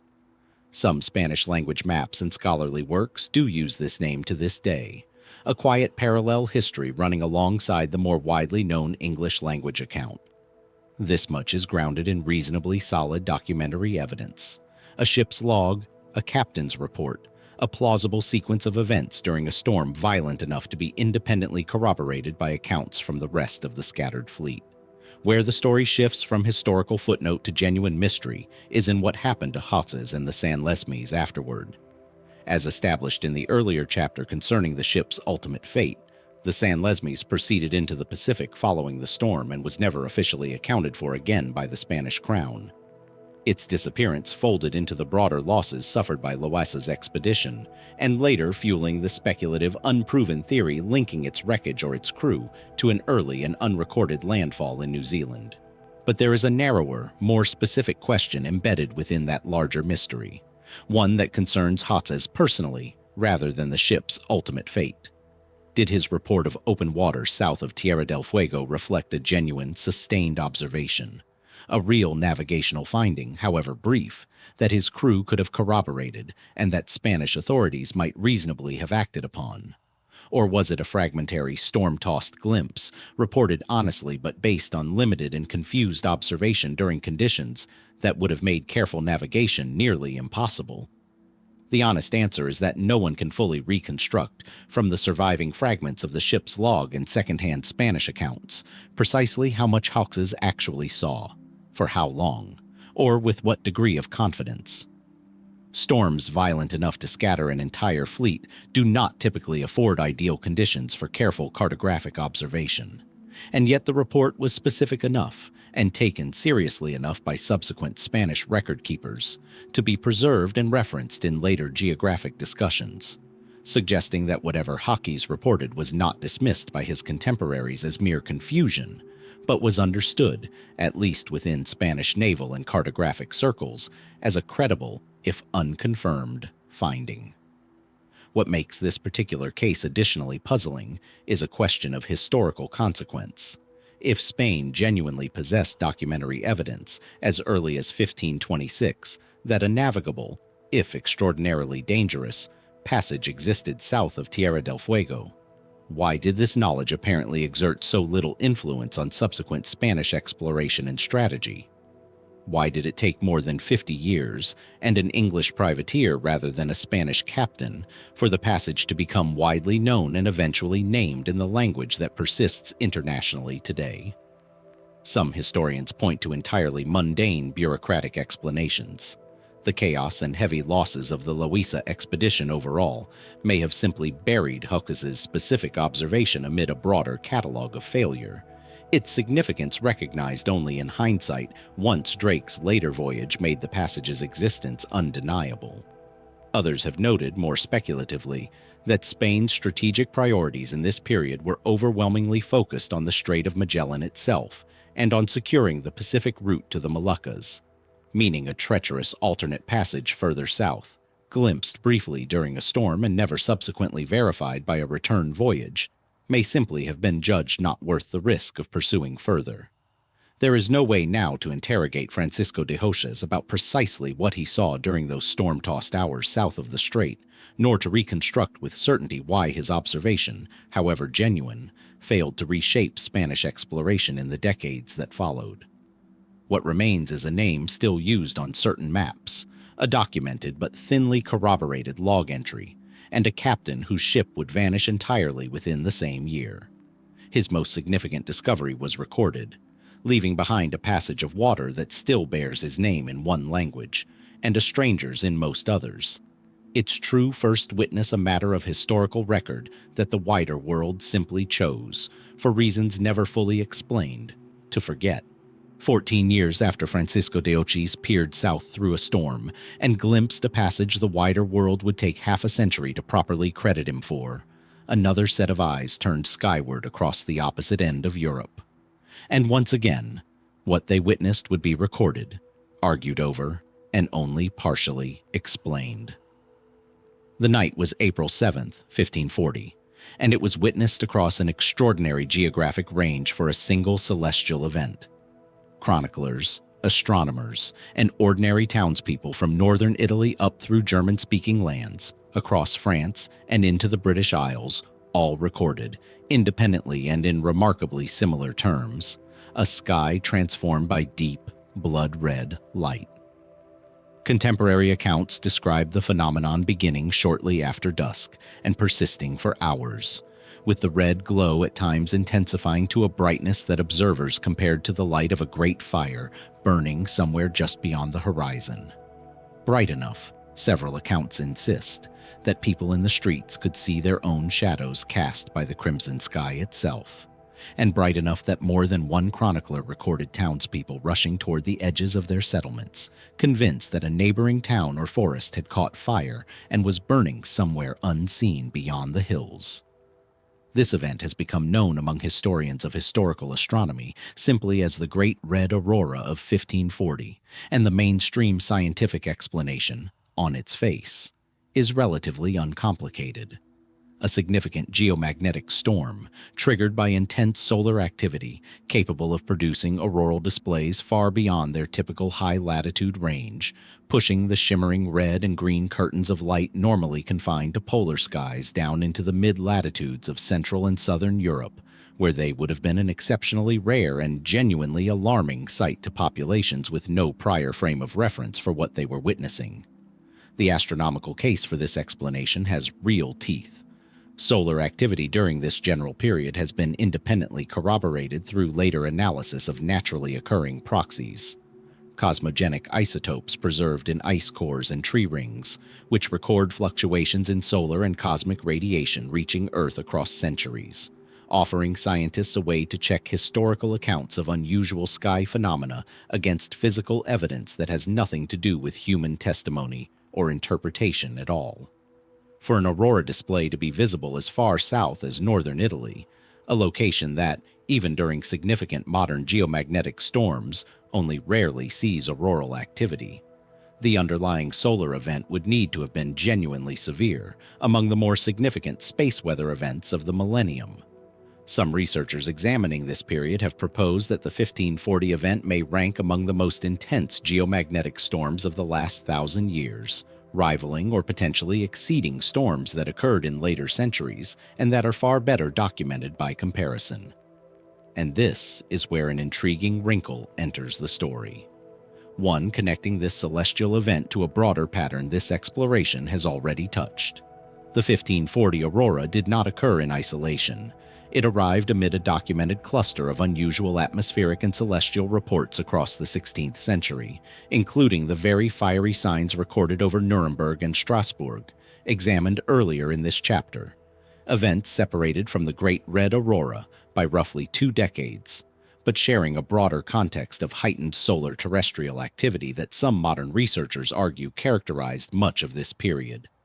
Was 16th century Europe simply entering a stretch of decades with genuinely elevated solar activity, producing a cluster of dramatic sky phenomena that period chroniclers, lacking any concept of space weather, uniformly interpreted through a religious and apocalyptic lens? The ice core and isotope evidence lends this theory real credibility. This was not an era inventing sky events from nothing, but one experiencing a genuine, physically measurable increase in the kind of solar activity capable of producing exactly these effects. Where the mystery deepens is in the specific character of the accounts themselves, and in a handful of details that resist total absorption into the standard auroral framework. Several chroniclers, in addition to describing the pervasive red glow, recorded what they characterized as distinct moving formations within the light, beams, pillars, and structures that seem to shift and reposition independently rather than the more diffuse, curtain-like shimmer typically associated with auroral displays even at their most dramatic. Modern auroral science does recognize that severe geomagnetic storms can produce complex structured displays, including discrete rays and pillars rather than uniform glow. So this detail alone does not necessarily point beyond conventional explanation. But the sheer intensity described, light bright enough to read by according to some accounts, and bright enough to cast visible shadows. A threshold few confirmed historical aurorae are documented as reaching even during major storms. has led some researchers to question whether the 1540 event alone can fully account for every detail recorded, or whether period observers, primed by 2 decades of anxious skywatching following the Nuremberg and Strasbourg incidents, may have layered interpretation and exaggeration atop a genuine but somewhat less extraordinary auroral event. There is also the matter of proximity and memory. By 1540, the residents of Strasbourg and the surrounding regions had, within living memory, already witnessed and discussed at length the fiery signs of 2 decades prior. Does a population primed by prior sky spectacle and by the printed broadsheets that had circulated widely describing those earlier events perceive and describe a subsequent aurora with greater alarm and embellishment than an unprimed population might have? Historians of perception and folklore suggest this is entirely plausible, that societies experiencing a cluster of unusual events often begin interpreting subsequent, genuinely distinct phenomena through the framework the earlier events established, blending memory, expectation, and fresh observation into a single, mutually reinforcing narrative that grows harder to disentangle with each retelling. What survives from that April night in 1540 is consistent across an impressive geographic range, physically corroborated in broad terms by isotope evidence unconnected to human testimony, and yet still populated with specific sensory details. The shadow-casting brightness, the shifting structured light that sit at the very outer edge, or perhaps beyond it, of what conventional auroral science confidently explains. Was this simply the sky doing something rare, dramatic, and fully explicable through space weather that 16th century Europe had no framework to name? Or did something about that particular night, layered atop 2 decades of anxious skywatching and apocalyptic expectation, produce an account slightly stranger than the physical event beneath it deserved? The ice cores hold a record of the solar storm. They hold no record at all of what, precisely, the people beneath that red sky believed they were seeing. Brown water, moving fast and silent between walls of unbroken jungle, so thick with vegetation that sunlight reaches the surface only in scattered, shifting coins of light. The air is heavy, wet, alive with sound. Insects, birds, the distant percussion of a rapid somewhere downstream. And cutting through all of it, low in the water, a raft of lashed timber carrying men who no longer entirely trust one another. This is the Amazon Basin, 1561, and the man aboard that raft giving orders is one of the most notorious figures in the entire history of Spanish exploration in the Americas, Lope de Aguirre. Aguirre's story, in its broad strokes, is well documented and genuinely extraordinary, even without any unresolved mystery attached to it.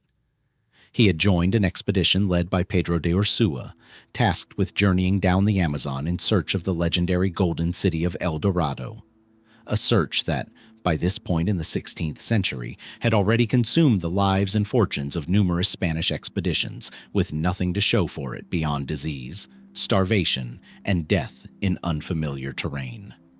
Somewhere along that journey, Aguirre orchestrated a mutiny, had Ursua killed, and seized control of the expedition, declaring himself and his followers in open rebellion against the Spanish crown itself. An almost unthinkable act of defiance in an era when royal authority was considered divinely sanctioned.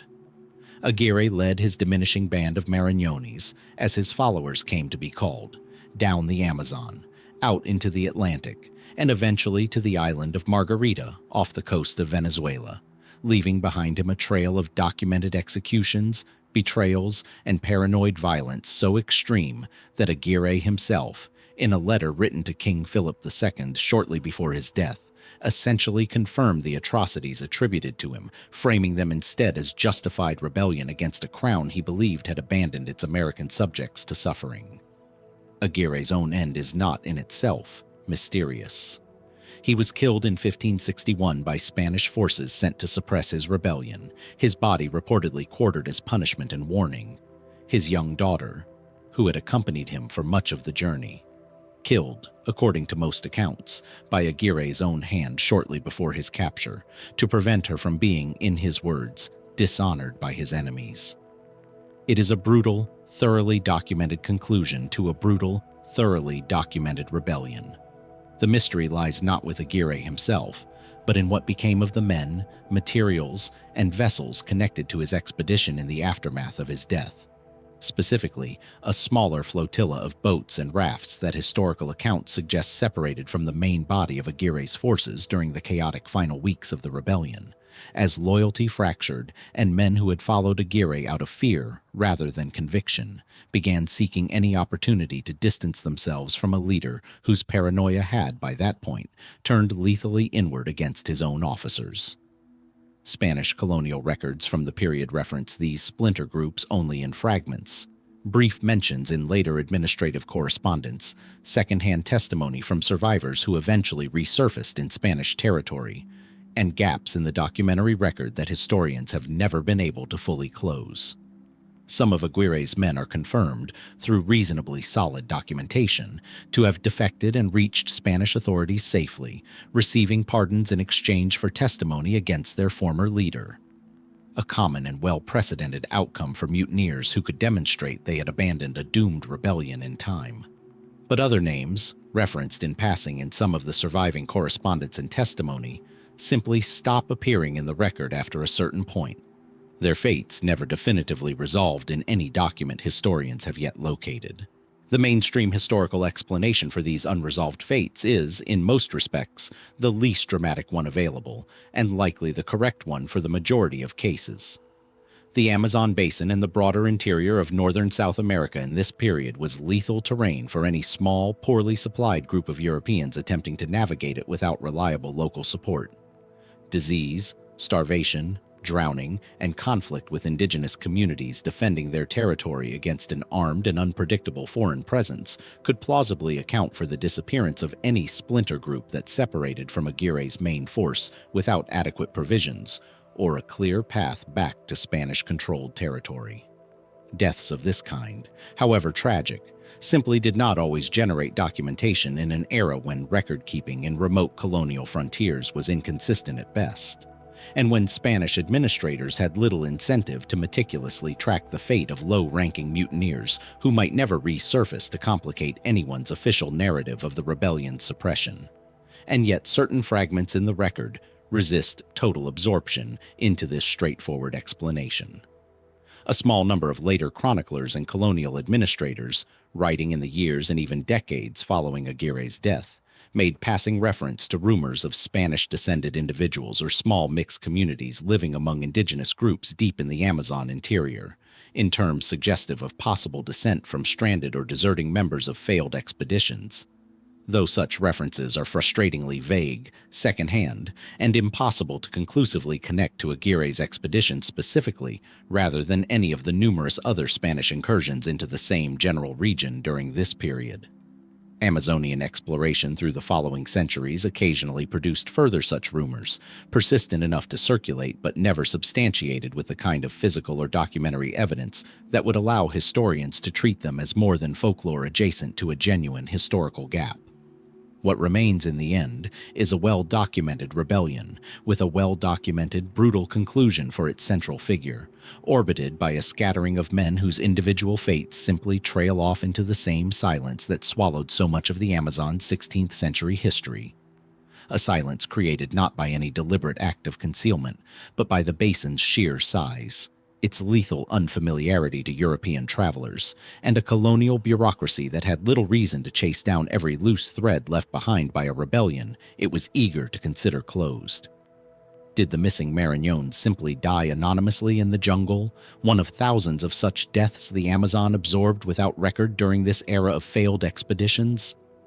Or did some fraction of them survive, disappearing not into death, but into lives lived quietly beyond the reach of Spanish record-keeping entirely, their descendants unknowingly carrying a connection to one of colonial history's most notorious rebellions? The river that carried Aguirre's raft downstream carries no such answers. It simply keeps moving, the way it always has. Rivers carried Aguirre's raft downstream into silence.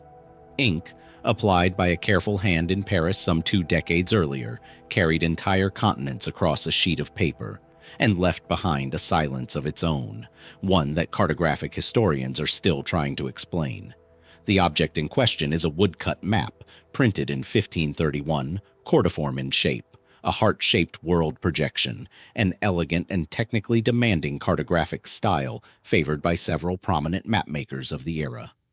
Its creator was Oronce Finé, a French mathematician, astronomer, and cartographer who held a prestigious position at the Collège Royal in Paris, a man of genuine and well-documented scholarly credentials, respected in his own time as one of France's foremost mathematical minds.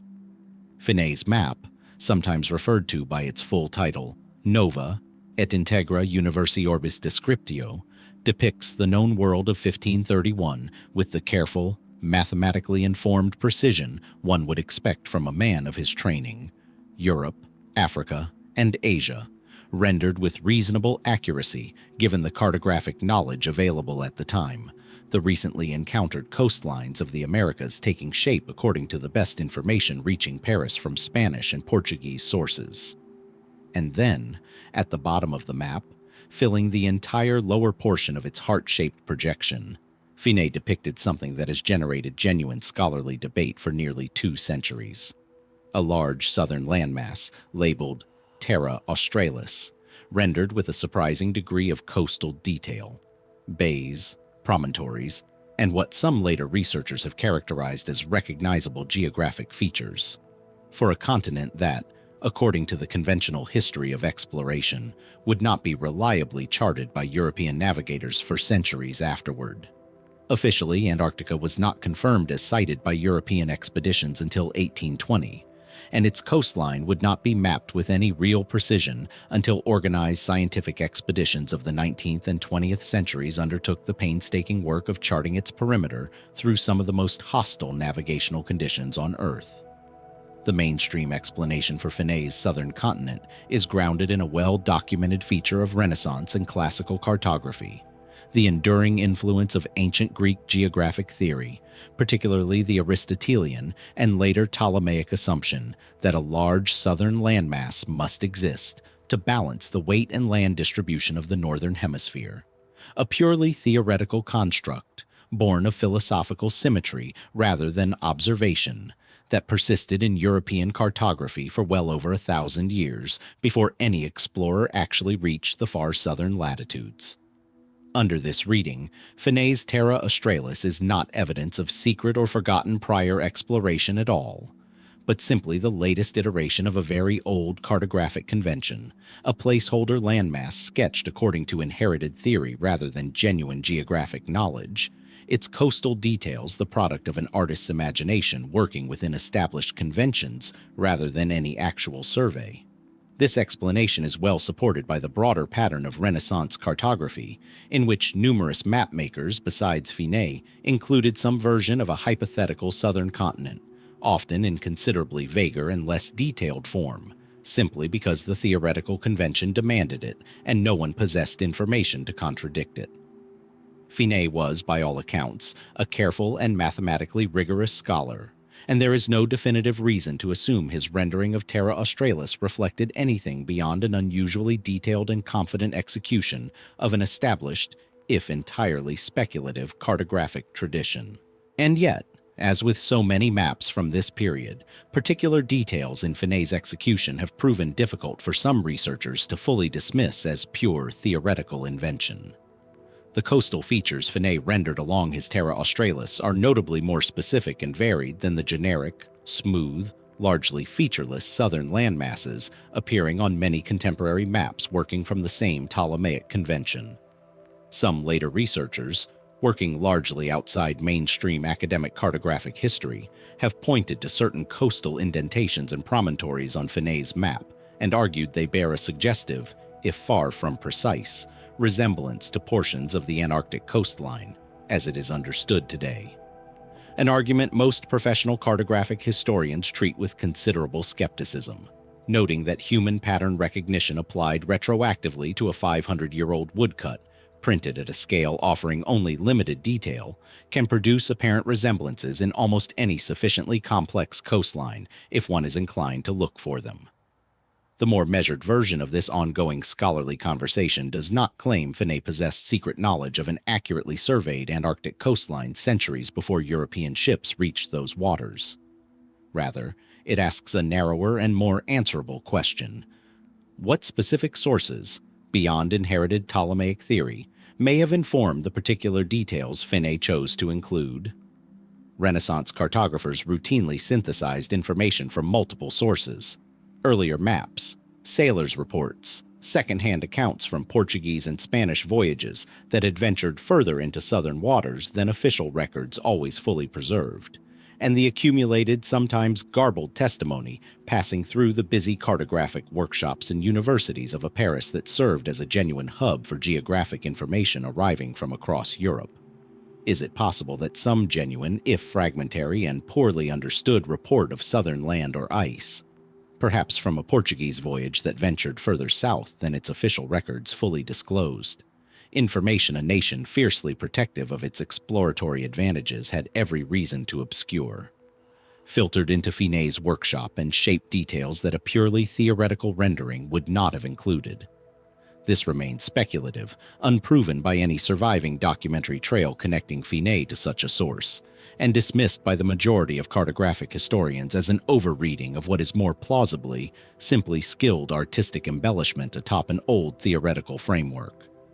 What can be said with confidence is only this: a mathematician in Paris in 1531 produced a map with a level of coastal specificity for a landmass that, according to the conventional historical timeline, no European had yet seen.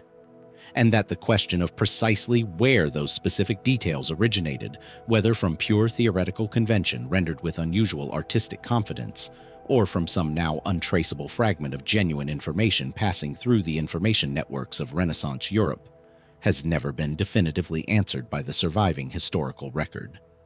The map itself has survived remarkably well across nearly 5 centuries, its woodcut lines still legible, still inviting the same question cartographic historians have asked since the debate began in earnest. Did Oronce Finé simply inherit an old idea and render it beautifully, or did his careful mathematician's hand trace something closer to a coastline no European was supposed to know existed yet?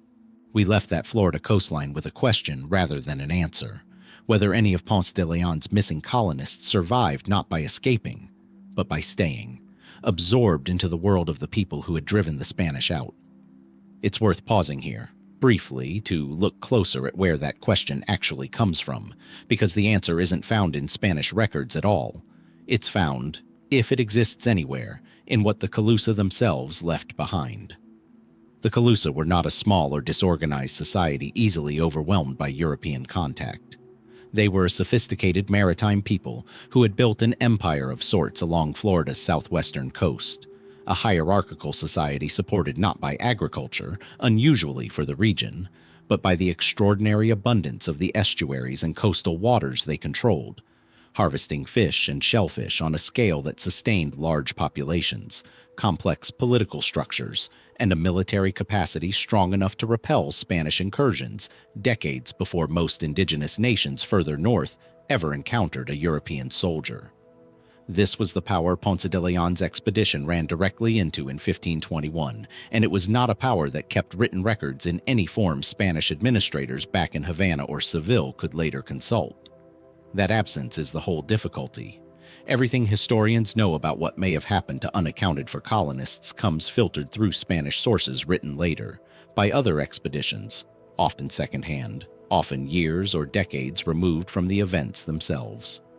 In the 1560s, roughly 4 decades after Ponce de Leon's failed colony, Spanish forces under Pedro Menéndez de Avilés made renewed contact with Calusa territory, and accounts from this later period do mention individuals living among the Calusa, whom Spanish observers described as bearing some resemblance to Europeans, or as possessing knowledge of Spanish words and customs that seemed to those observers difficult to explain through ordinary trade contact alone. These accounts are brief, are not the primary focus of the documents in which they appear, and were recorded by men with every incentive to interpret ambiguous evidence in whatever way best suited their own reports back to the Crown. This is precisely where caution has to enter the picture. 40 years is enough time for an entirely different explanation to account for the same observations. Spanish shipwrecks were not rare along this coast. Florida's reefs and storms claim numerous vessels across the 16th century, and any of those wrecks could have deposited survivors into Calusa territory independently of Ponce de Leon's specific expedition. There is no reliable way, using the sources that survive, to trace a very specific colonist boarding a very specific ship in 1521 forward to a very specific individual described in a very different document 40 years later. The chain of evidence simply does not hold together with that kind of precision, and any historian being honest about the material has to say so plainly. And yet the question refuses to fully close, for a reason that has less to do with any single document and more to do with the shape of the silence itself. Roughly 200 people sailed with Ponce de Leon intending to build a permanent life on that coast. Some clearly died in the fighting, some clearly escaped with the retreat, but the surviving Spanish muster records and later correspondence, incomplete as they are, do not cleanly accommodate everyone who set out. And unlike many of the mysteries already explored in this examination, this isn't a case of one dramatic, unexplained event demanding a single answer. It's closer to an accounting error spread across an entire colonial venture, the kind of gap that opens quietly through 100 small failures of paperwork and chaos, rather than through any single dramatic disappearance. Modern historians examining the Calusas' own archaeological record, the enormous shell mounds and canal systems they built along the coast, still being studied and reinterpreted today, have found no artifact that definitively resolves the question either way. No Spanish blade, no clearly European tool, no burial marked in a way that would confirm a colonist's presence within Calusa society has yet surfaced with the kind of context needed to settle the matter. Archaeology in this instance has offered patience rather than resolution. What's left then is not a solved mystery wearing the costume of an unsolved one, but a genuinely open accounting gap in the historical record. The quiet kind, without a dramatic final scene, which may in some ways be the hardest kind to ever close. No single grave will settle it. No single document, should one ever surface from some overlooked Spanish archive, may be enough on its own either, given how thin the connecting evidence has proven so far. Did Ponce de Leon's colonists simply vanish into the ordinary, undocumented mortality of a failed 16th century venture, the way so many did across this era? Or does some quieter version of their story continue, unrecorded, in the descendants of a coastal people who kept no written record of their own to answer the question with? Florida's shifting coastline, still eroding, still burying and revealing in equal measure, has not yet said, leave the shell mounds of Florida's coast behind now and cross the Atlantic once more, back to the volcanic archipelago of the Azores, roughly 900 miles west of Portugal, where black basalt cliffs drop into water so deep and so blue it seems to swallow light rather than reflect it. This was the edge of the known world for Portuguese navigators of the 15th century, the last reliable landfall before the true unknown began. And it was from here, sometime in the early 1450s, that a captain named Diogo de Teivo sailed west into that unknown and returned with a report that historians have never fully known what to do with. Teive was a Portuguese navigator in the service of the House of Aviz, operating during the earliest and most experimental phase of Portugal's Atlantic exploration, decades before Columbus, decades even before most of the systematic voyages down the African coast that would eventually define the Portuguese Age of Discovery. What is documented about him comes from remarkably thin sources. Brief references in later Portuguese chronicles, most notably in the writings of the historian João de Barros, who compiled accounts of earlier Portuguese voyages decades after they occurred, working from records and testimony that were already, by his own time, incomplete and second-hand. According to these later chronicles, Teive, sailing together with his son João, departed the Azores sometime around 1452, pushing further west and north than Portuguese navigators of that era typically ventured. The accounts describe the voyage encountering the Sargasso Sea, that strange current-bound region of the North Atlantic characterized by vast floating mats of golden-brown seaweed, an area sailors of the period found genuinely disorienting, since it lacked the visible coastline or predictable currents that navigation of this era depended on almost entirely.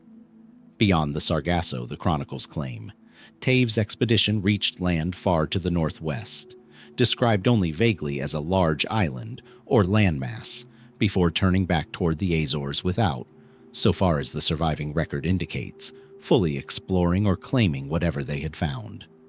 This is where the documented history essentially ends, and where 2.5 centuries of scholarly argument begins. What precisely did Teve encounter? The mainstream historical position treats the account with considerable caution, and for good reason. The source material is thin, second-hand, compiled decades after the fact, and vague enough in its geography that confident identification is genuinely difficult. Some historians have proposed that Teve's landmass may have been a misidentification of previously known Azorean or nearby islands, encountered from an unfamiliar angle or in poor visibility that led the crew to believe they had found something new. This is the least dramatic explanation, and likely accounts for at least some of the confusion embedded in the second-hand chronicle record.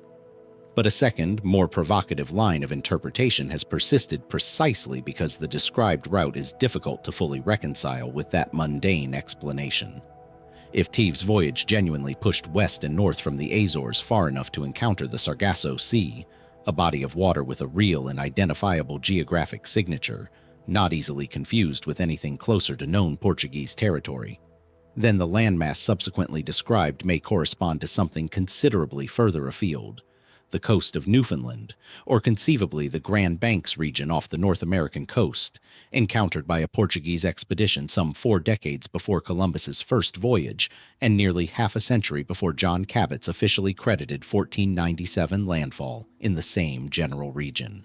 This theory remains firmly outside the historical mainstream, unsupported by any physical evidence, any map produced during or shortly after Teve's own lifetime, or any subsequent Portuguese expedition explicitly returning to follow up on his reported discovery.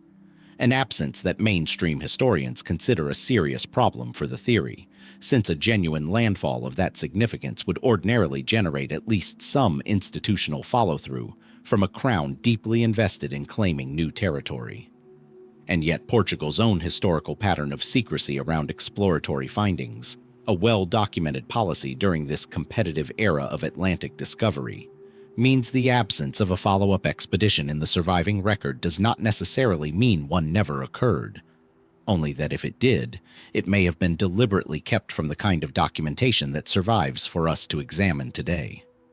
What happened to Diogo de Teve after this voyage is, if anything, even less certain than what he found during it. He essentially disappears from the historical record following this expedition, with no confirmed later voyages, no documented death, no further correspondence or royal commission attributed to him with any confidence. For a navigator whose reported voyage, if accurately described, would represent one of the most significant early Atlantic crossings in Portuguese history, the silence that follows him is genuinely striking. Did Diogo de Teve simply sail home from a voyage that mistook familiar islands for something new, then fade into the ordinary obscurity that swallowed most navigators of his era who never became famous enough to be carefully tracked by later chroniclers? Or did a Portuguese captain, working decades before Columbus, briefly touch the edge of a continent the rest of Europe would not officially claim to have found for 2 more generations, only for that discovery, and the man who made it, to disappear into a silence Portugal itself may have had every reason to keep? The Sargasso Sea still drifts where it always has, indifferent to the question, holding no chart, no wreckage, and no answer. If Diogo de Teve represents a name that appears only briefly at the edge of the record before vanishing into it, the next figure in this exploration offers something rarer, a man whose brush with historical erasure very nearly happened at the very start of his story, decades before Teve's own disappearance from the page, and whose later years, ironically, dissolve into exactly the same kind of silence. The setting is the mouth of the Ozama River, on the southern coast of the island the Spanish called Hispaniola, where a wide, deep, naturally sheltered harbor cuts inland between banks that would, within a handful of years, host the first permanent European city built in the Americas. Today, the eastern bank of that river holds the old colonial heart of Santo Domingo, its stone streets and fortifications among the oldest surviving European structures in the hemisphere. But before any of that existed, this stretch of riverbank was simply territory belonging to the Taino Cachica Catalina. And it was here, sometime around 1496, that a fugitive Spanish soldier named Miguel Diaz de O arrived, alone, having fled the struggling colony of La Isabela after a violent altercation he believed had left another man dead. Diaz de O had good reason to run. Spanish colonial justice in this earliest, most chaotic period of settlement was neither gentle nor patient, and a man who believed himself responsible for another colonist's death had little expectation of a fair hearing. What happened next, according to the chronicler Gonzalo Fernández de Oviedo, whose Historia General y Natural de las Indias remains one of the primary sources for this period, reads almost like a folk tale grafted onto verifiable colonial history. Diaz de Oc found refuge among Catalina's people, and in time learned from them of two things that would ultimately transform his fortunes entirely: fertile land along the Ozama's banks far superior to the exhausted soil around La Isabela, and gold, genuine, accessible gold deposits in the surrounding region, at a moment when the entire Spanish colonial project in the Caribbean was increasingly organized around the desperate search for exactly that. Diaz de O made his way back to La Isabela to report what he had found, and in one of the more remarkable reversals in early colonial history, discovered that the man he believed he had killed was in fact still alive. His crime dissolved along with his motive for running, and his discovery of gold and fertile land was significant enough that Spanish authorities not only pardoned him, but rewarded him. Working alongside Francisco de Garay, another early colonist, Diaz de O helped establish the settlement that would become Santo Domingo, on the site he had once fled to as a hunted man, and the gold mines associated with his discovery made both men genuinely wealthy. Diaz de O was eventually appointed alcaide and alguacil mayor of the fortress of Santo Domingo, a position of real civic authority, placing a former fugitive at the administrative heart of the very colonial system that had once sought to punish him. This much is documented with reasonable clarity, drawn from Oviedo's chronicle and corroborated by subsequent Spanish administrative records. It is, on its own, already a story worth telling. But it is what happens afterward, or rather, what does not happen afterward, that constitutes the genuine mystery. Having reached a position of wealth and civic authority remarkable for a man who arrived on the island as a hunted fugitive, Miguel Diaz de O simply fades from the documentary record within a matter of years. No confirmed date or circumstance of his death survives in the sources historians have located. No later correspondence, will, or property transfer definitively closes out his story, the way such documents typically do for colonists of comparable wealth and standing during this well-documented period of Hispaniola's administration. For a man whose early life is unusually well recorded, precisely because his story was dramatic enough to interest a chronicler like Oviedo, the abruptness of his disappearance from the written record afterward is genuinely striking. Historians examining this gap point, reasonably to the sheer instability of the era itself. Disease swept through the Spanish colonial population of Hispaniola repeatedly during these decades. Administrative turnover was constant, and record preservation from this earliest period of American colonization is famously incomplete, even for men considerably more prominent than a former fugitive turned civic official. There is no need to reach for anything unusual to explain why his final years are undocumented. The ordinary chaos of early colonial life plausibly accounts for it entirely. And yet there is something quietly resonant in the shape of the gap itself. A man whose life began by disappearing into the unmapped interior of an island, fleeing a crime that turned out never to have happened, only to disappear a second time, decades later, into a documentary silence that has never been filled. Did Miguel Diaz de O.D. quietly, unremarkably, his final years simply unworthy of the kind of chronicle attention his dramatic origin story had earned? Or does some further chapter of his life remain in an archive no one has yet connected to his name? One final disappearance, in a life that began with exactly that,